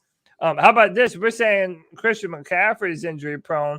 If Christian McCaffrey is injury prone, then so the hell is Saquon Barkley. He definitely is. He definitely is. Isn't this the greatest staring contest from injured? I told you, I was so surprised. I didn't get a single like or retweet, and I thought it was a great tweet today. Is that it was something to the fact of the best staring contest, or for people. No, get ready for the tweets from people who say drafting the running back in the top 10 is a bad idea, as CMC and Saquon watch from the sideline. Stare at each other from the sideline. I think the most important narrative of this game has to be about how we stole Matt Rhule from the New York Giants. Oh, that's a good one. That's a good Great one. point. That's a good Beat one. us, though. Ooh. That's a good one. Hey, by the way, again, their starting offensive linemen, the guys that will have to protect Daniel Jones is Nate Solder, Matt Sakura, Billy Price, Will Hernandez, and Matt Pert. So if none of those names Wasn't Billy Price inspire a any high confidence, there's a wasn't Billy Price kind of a high prospect? yeah, he was a feel like second round I've heard pick. I his think he name was before. I think it was a center from Ohio State. If we don't beat the fucking Giants, bro, that's what I'm saying, dude. it's gonna Like be this bad. is look. And This they is don't go- even got Saquon. They don't got Saquon. Galladay's probably never plays. That Ingram never motherfucker's plays always anymore. hurt. Tony, do you Yeah. remember my theory on how I say week 6? I know. It's I'm already after that. worried. It's after that. That's when you separate the men from the boys. And I'm telling you, Do you think there's a bigger chance of us losing to the Giants or the Falcons? And I would say it's the Falcons. Like, I mean, if we Falcons, lose yeah. to the Giants, I'm gonna be fucking nervous. So it's Atlanta because Calvin Ridley is a really good player. They finally started to use Kyle Pitts in a way that is, He blew up. using and listen, man, say what you want about the old timer, man. But Matt Ryan, he can still chuck the ball if he's got a little bit of time to throw. Hey, I don't like the asshole either, man. I'm not defending him.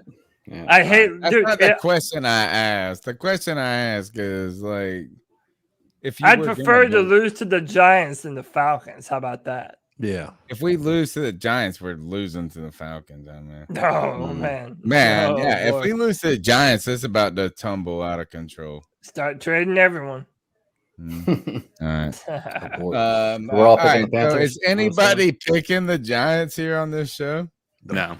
No. No, I'll go Fine. Panthers. I still think Nobody that it's going to can. be a matchup. It's gonna be I'll the say 27-24 Carolina. I don't know what it's going to be. I hope it's going to be anything. I mean, How pissed are you gonna be if it's a game winner by Graham Gano? oh, dude, I'm going to let y'all do the show. A career, like a career long. Not, dude. I fucking hate Graham Gano. A If he- 67 You know yard what? I'm field picking goal. the Giants. I'm picking the Giants right now because of that. Oh my god! All right, let's. You want to ice some fools up? Are we picking the other games? John, you familiar with our last segment? Is a homage to. Oh no, we got to pick the NFC. I'm very familiar South. with That's what I was saying. Are you picking the game? All right, I got one to ice who up is, too. Who is Atlanta playing, Greg? Atlanta Atlanta's is playing. Oh, sorry. Dolphins. I am It's a picking 2.5 the Giants. point spread. Tony's on the. Yeah, it's What a Atlanta jerk. minus 2.5. Yeah, Atlanta's playing the Dolphins. Ooh, I picked the Dolphins. I got the Dolphins. I'm taking Atlanta. Dude, Tua came back. All right, I'm not even gonna tell you why. Y'all pick your own Yeah, picks. I'm sorry. I hate to. Y'all tell me how good Calvin Ridley is. I Come hate on, to do Sonny. it too, but that Dolphins team sucks. So I'm also going Atlanta. Wow. Who else is going to Atlanta? Cody and who? Greg. I'm not Greg. going to Atlanta. Greg, you're going to Atlanta? Yeah. What do you got, CK? Yeah, I'm going Atlanta. I hate picking Atlanta. John, who you picking? You said Miami and Atlanta? Yeah. Yeah, Miami, Atlanta. Miami. Good. All right. Hey, I hope I'm wrong on that one, by the way. I'd love Atlanta to lose everything there. Oh, yeah, I agree. Now we got New Orleans and Seattle on Monday Night On Football. Monday. And it's New Orleans minus 5. Oh, is Cam going to be starting? Ooh. And that's what the rumors are. That the rumors are that if he's going to go anywhere, it's going to be Seattle. That'd be crazy. I picked New Orleans. Anybody got Seattle? No, not without Russ. Yeah. I'll do it. I'll go crazy. They almost beat who'd they play here recently, man? The other night, Pittsburgh. Yeah, Pittsburgh. They almost beat Pittsburgh. I mean, come on. Pittsburgh's not that great. Yeah, I mean, come on. John, did you say you're picking? And y'all picked Miami. Come on, I can pick the Seahawks. At least they still have Metcalf. True. Who Metcalf looked like an idiot this week talking shit. Yeah, that might. Yeah, that could be a good ice Poor up pick for guy. someone who Like, I wants mean, it. I like DK Metcalf too. Like, well, actually, I don't know if I like him. I mean, he's just a good-looking fellow who catches the ball down the field, but he turns out to talk shit to people that you just should know your place. Like, don't talk shit to my grandma. You know what I'm saying? Like, she he was cool as compared fuck. his career to a Hall of Famer. Like, And bro, then what are you then doing, he man? tripled down. It was the triple down joint where he said, I could wipe my butt with your resume or something like that. I was like, God. He must not John, have did you seen say him. you're picking the Saints? Oh, in that Nice. game, no, I got Seattle. Seattle? Yeah, Wow, let's who's go. with you? Jameis will Alright, Jameis and on who's Monday Night next? Football. Woo, I No like that way. one. Jameis kind No of Jameis, way. y'all. Y'all are Gino will crazy. Gino as well, though. It's true. Gino.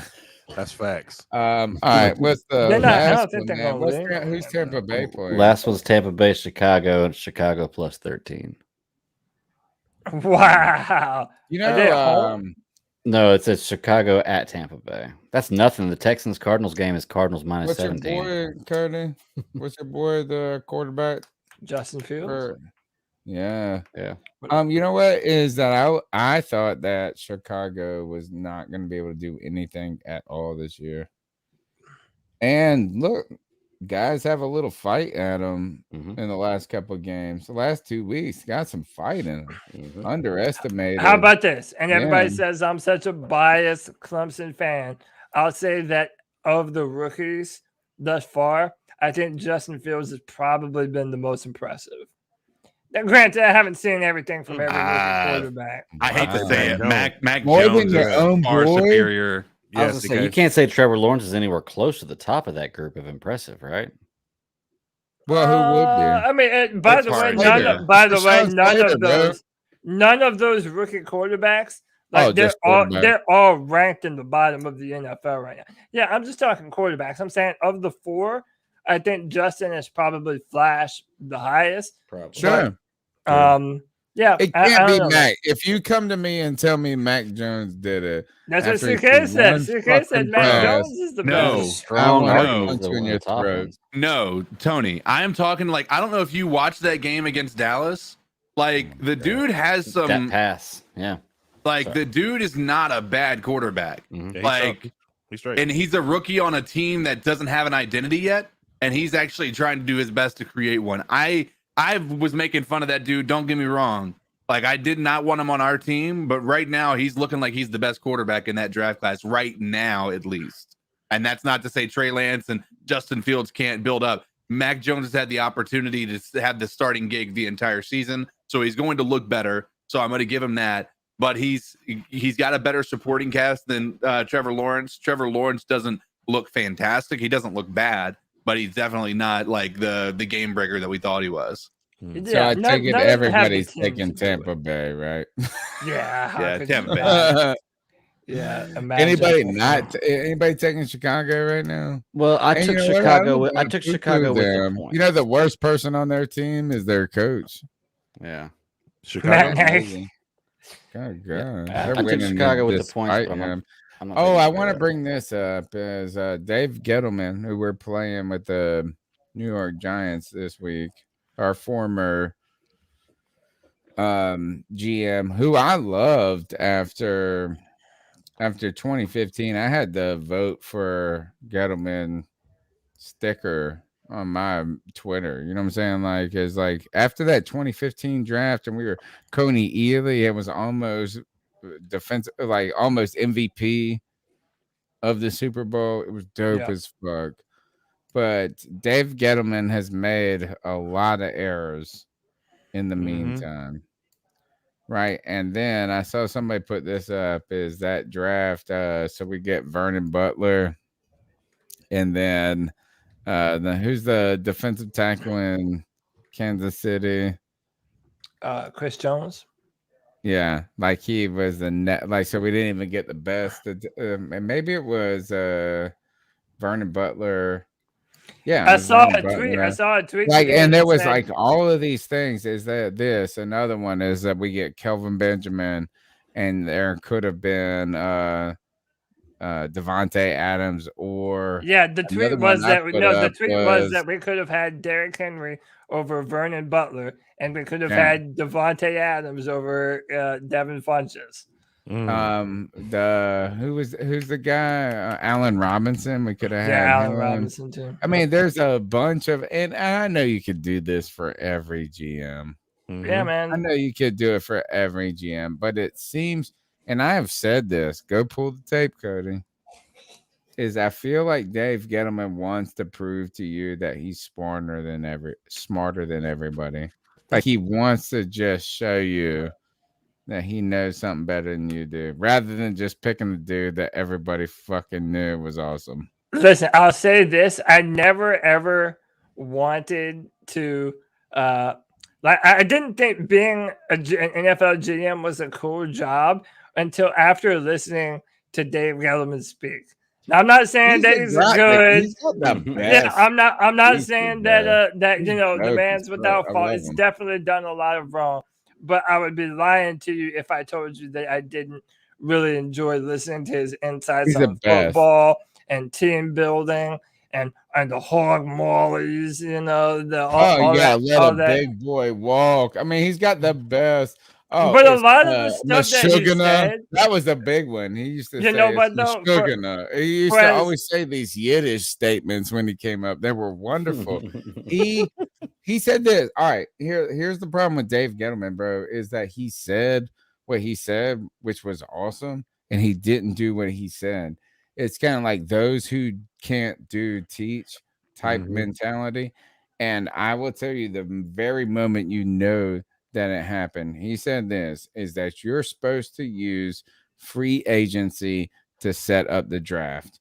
And that is, yes, you want to build your team to a point where then when you go into the draft, you let it come to you. And then if a guy is there and he's wonderful, you can draft him with not trying to fill a need. But sadly, he said that and he never did that. And the examples are this, is that the reason we drafted Vernon Butler was a play against Star Lotulelei and KK Short, trying to give the Panthers some contract leverage. So they didn't set free agency up for the draft. They tried to set free agency up by the draft. Another example was this. They rescinded the the franchise tag for Josh Norman, and at the last moment, and then they have no fucking corners. And guess what they did? They drafted James Bradbury, Zach Sanchez, and Daryl Worley.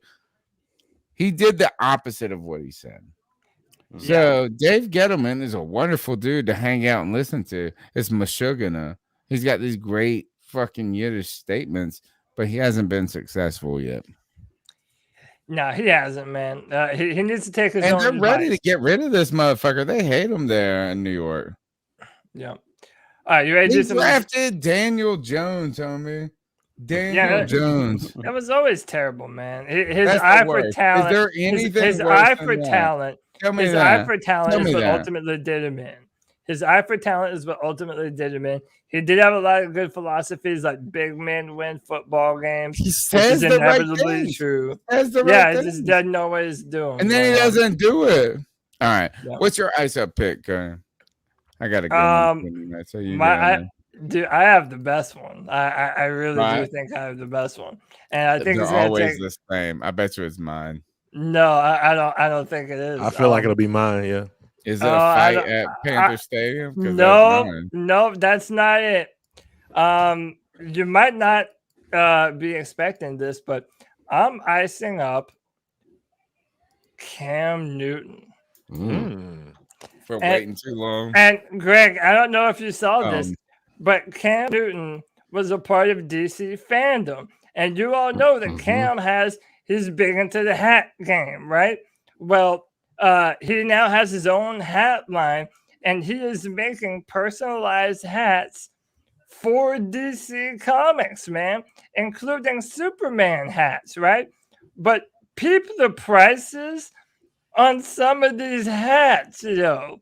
Who is spending $750 on a Superman hat? Cam, bro, you're the only one spending that kind of money on a hat, bro. What are you talking about, man? Hey, I love me some Cam Newton, but I would rather swallow thumbtacks before I ever spent that much money on a hat, bro. I'm sorry, Cam, but my bro, especially now when everything is generally in a recession, dog, my man, the reason I love the Panthers, I'm going to have to say ice up, son. This ain't it, man. Why would you pay that much for a gray and black hat, dude? It makes 0 sense, man. I'm sorry. That's my People pay that for shoes all the time, though, and stuff. Couldn't do Yeah, it. those prices are wild, though, man. Like, I don't know. Maybe that's just me. But all right, I had to do it, man. I had to ice up Cam.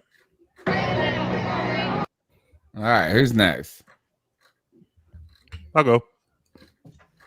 Let's see. Let's hear what you got. So I've got to ice up the man, the myth, the legend, Jackson Mahomes. Oh, good one. Jackson Mahomes is an idiot. That's just to, put it plain and simple. And if he's not careful, he could be, we've seen people's careers end off of this kind of stuff, right? Because the pressure that's on Patrick Mahomes right now and his performance, for his brother to be doing all these crazy TikTok dances everywhere, and then the worst and the most egregious one was him being in a roped off section, on top of Sean Taylor's number 21 number in the end zone when they're retiring his, jersey that day, and be doing a TikTok dance while Patrick Mahomes' wife is filming it. I'm like, bro, come on, man. Look at this dude. Not a good look at all. And this is it, right? You here. know how weird that man like 6'8". This is the TikTok society is toxic. Interesting one. I don't know what's that. Like, I feel like you see people dancing all the time for like no reason or doing this. Suspect. All right. What do we tell him? What do we tell that cat? Ice up, son. Ice up, dog. Ice up. Yeah, everybody's doing shit just to be famous now without caring about consequences and shit. Do you think he was trying to be famous, or do you think he was just a famous ass dickhead that didn't understand what he was doing? No, he knew what he was doing, because this is like par for the course with him. Like, he does this. These TikTok things are, I mean, it's commonplace, but yeah, right. If he's not careful, he's gonna end up getting, because like at the Baltimore game, he ended up pouring water on a fan. And Patrick. Oh yeah, he did that. Yeah. So this isn't the first time. No. Oh wow. Yeah. Basically, he's I think he's going to turn into what Aaron Rodgers' brothers turned into, which is like someone that Aaron Rodgers hates. Like Aaron Rodgers does not like his brother, like whatsoever. It'll eventually turn. I mean, I assume Patrick. I have my own personal feelings about Patrick Mahomes, but good ice up. Good, good ice up. Yeah, great. All right, can I? This is what I want to ice up is. So I have like a ton of followers on Twitter that it's only Panther fans. Like, I started my account, like, I don't follow people. Like, everybody I follow is a Panther fan in some way. And so I feel like I have a good pulse of what's going on in Panther Nation. And this past week, the 2 videos surfaced of Minnesota fans fighting with Carolina Panther fans. And I would also say, too, that it didn't seem like in one of them that the Panther fans were all that cool, right? But at the same time, then I look at this old lady, and I'm gonna show the video in just a second. She's a biatch too. Why is all this Minnesota people are kind of tough? Like you see the what wasn't the George Floyd, Minnesota, Minneapolis, and yeah. you see, yeah, I mean, there's like I've seen like the other guy, good God, the one that was the worst, and I wish I should remember his name. He got killed. He was trying to pull his gun permit out of his glove box. Philando Castile. Yes, thank you. Yeah. Philando Castile. Like it seems like the Minnesota turns out to be a rough and tough tumbling place. You know, like where a lot of shit's going on. Now then, we get that fight where I don't even like to talk about it because the Panther fans were pushing this old man around, and I don't know what he did. And you know, sometimes I probably would have been. Who knows? But this is weird. What I'm about to show you is this: is there's nothing cool about it. Number one, the old Minnesota Vikings lady is shitty. Like I would want to kick her in her face right away. But this skeet Carolina Panther girl is just as bad. Like this is about to be, to me, this is it's just gross. Do you hear it? Kind of.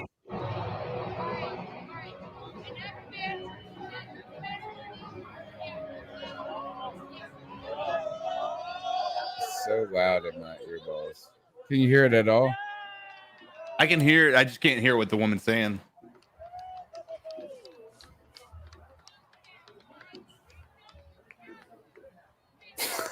What is she doing?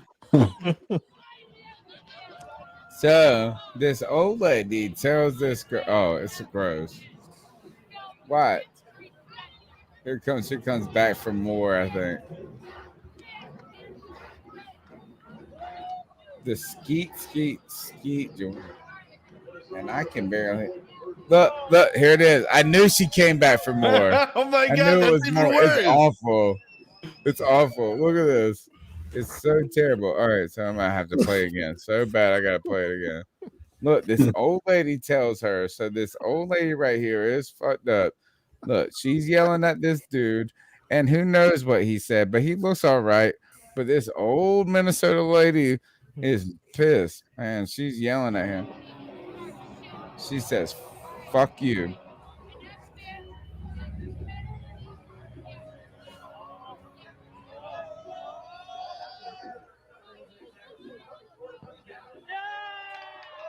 And then she throws this girl. She said, "Don't spit my face." She says, "Sit the fuck down. Sit the fuck down." And this girl goes to skeeting on her. What the fuck is going on? Did she actually spit in her It's face? so gross. No, well, maybe. I don't think spitting. I think It's she just was like trying to talking. yell. Yeah. Okay. Here it comes. Here it comes. This is where it gets fucking awful. So who are we Here she icing up comes. here? Look, here it comes. It's like Silence of the Lamb shit. It's like I'm sorry. All this is like, I don't know what to say. I don't know who the grossest person is. I wanted to be mad. I really, really wanted to be mad at this Minnesota Vikings lady for being like trying to chastise this girl. She called her a bitch. She said, "Sit the fuck down," when she won't doing nothing. You're like, so I wanted to be mad at her, but then when she stood up and started throwing cum on her, like, damn, Silence of the Lamb shit. It's a little bit much for me, man. I mean, she and double skeeted. It was skeet. She was like singing the song too, at the same time. Skeet. It was too much, man. Too much. So what I say to you, all of that scene, ice up. Ice up. I mean, god damn, leave it off. I feel like, God, stop. And that, did you see how excited she was to do all of that? Did you see? I mean, she was just like so happy. I was like, God, you won a penis, girl. I mean, it's a lot. It is a lot. TK, you got eyes up big for us. I do. I want to get this. Hold on. I want to get this picture over, or I can, or at least open image in new web tab. I think it's important. Just hold on 1 second. It's so bad. It was so bad. It was the second time she came back for it. I mean, she came back like she had been. She looked like Spider-Man. It looked like a Spider-Man joint. I didn't know if she was doing a Brian Burns celebration or a skeet celebration. Was she actually throwing something out at her on her face? No, she was fake Just gesturing. I think Okay. that's what it is, right? Isn't that what that move is? I believe so. All right.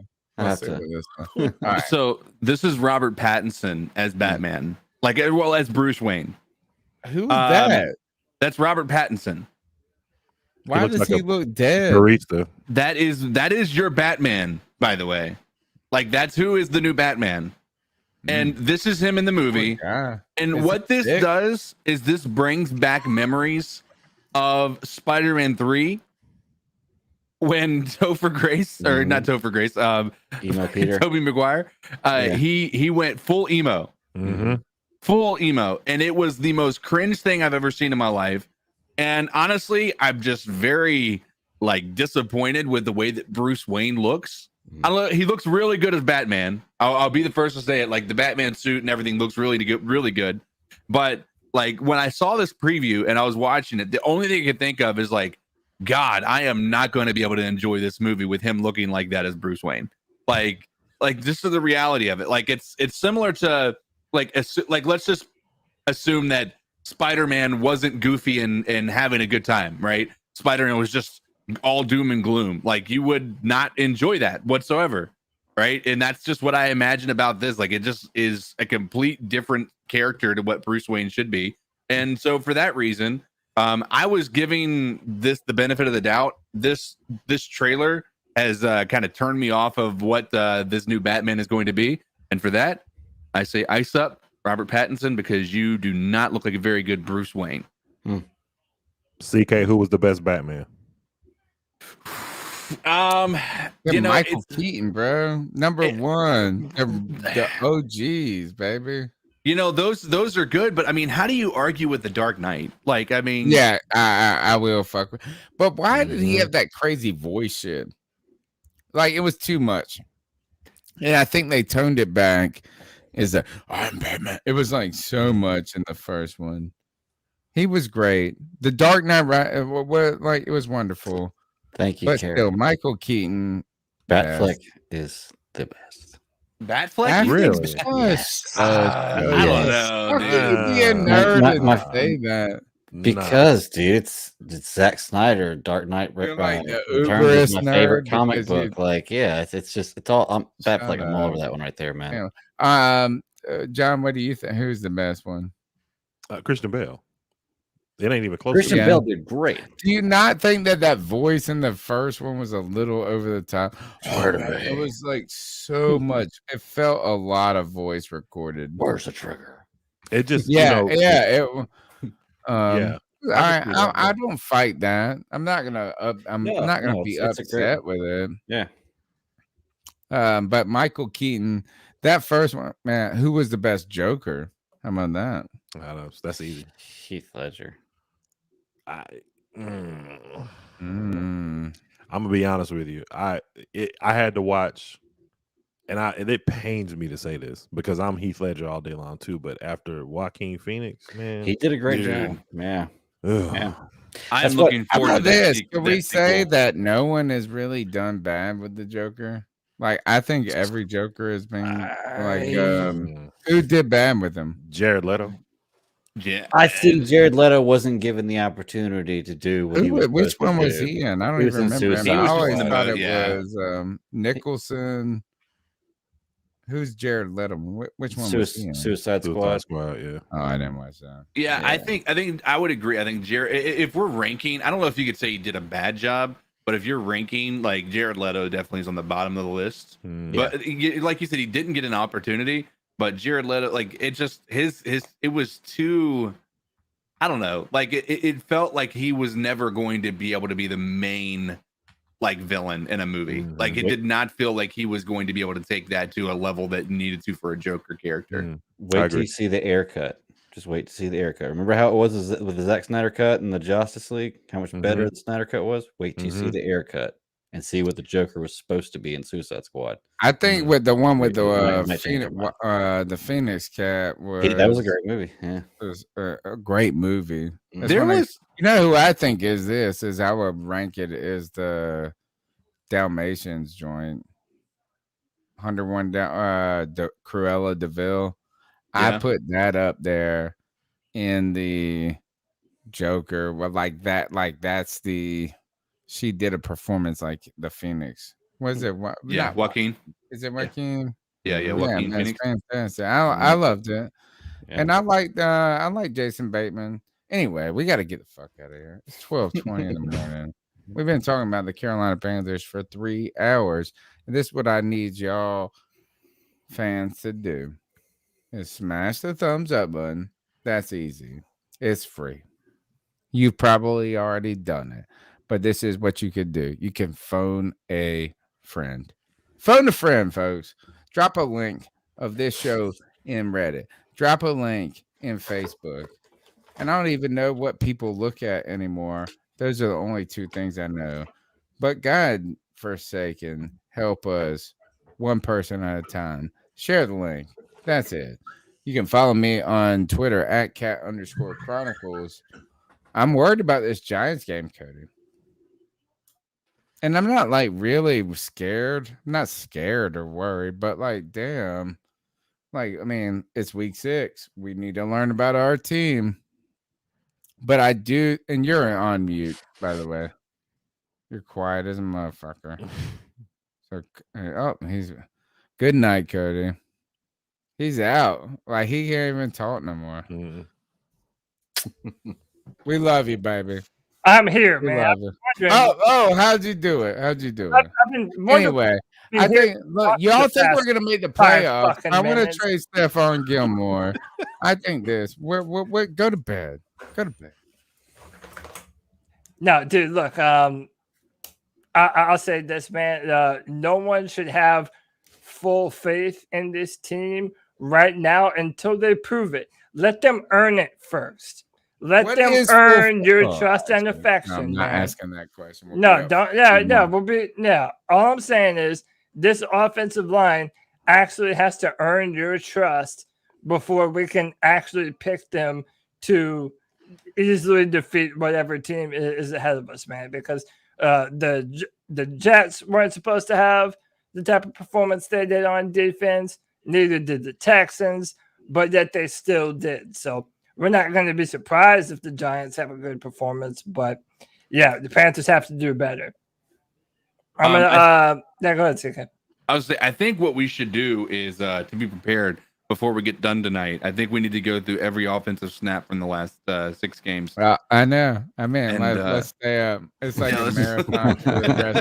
Y'all can do that. All right, John, where can they find your work? Thank you so much for hanging out with us. You've been fantastic. Listen. The audience, man, has loved you. They want you to host my podcast more than me.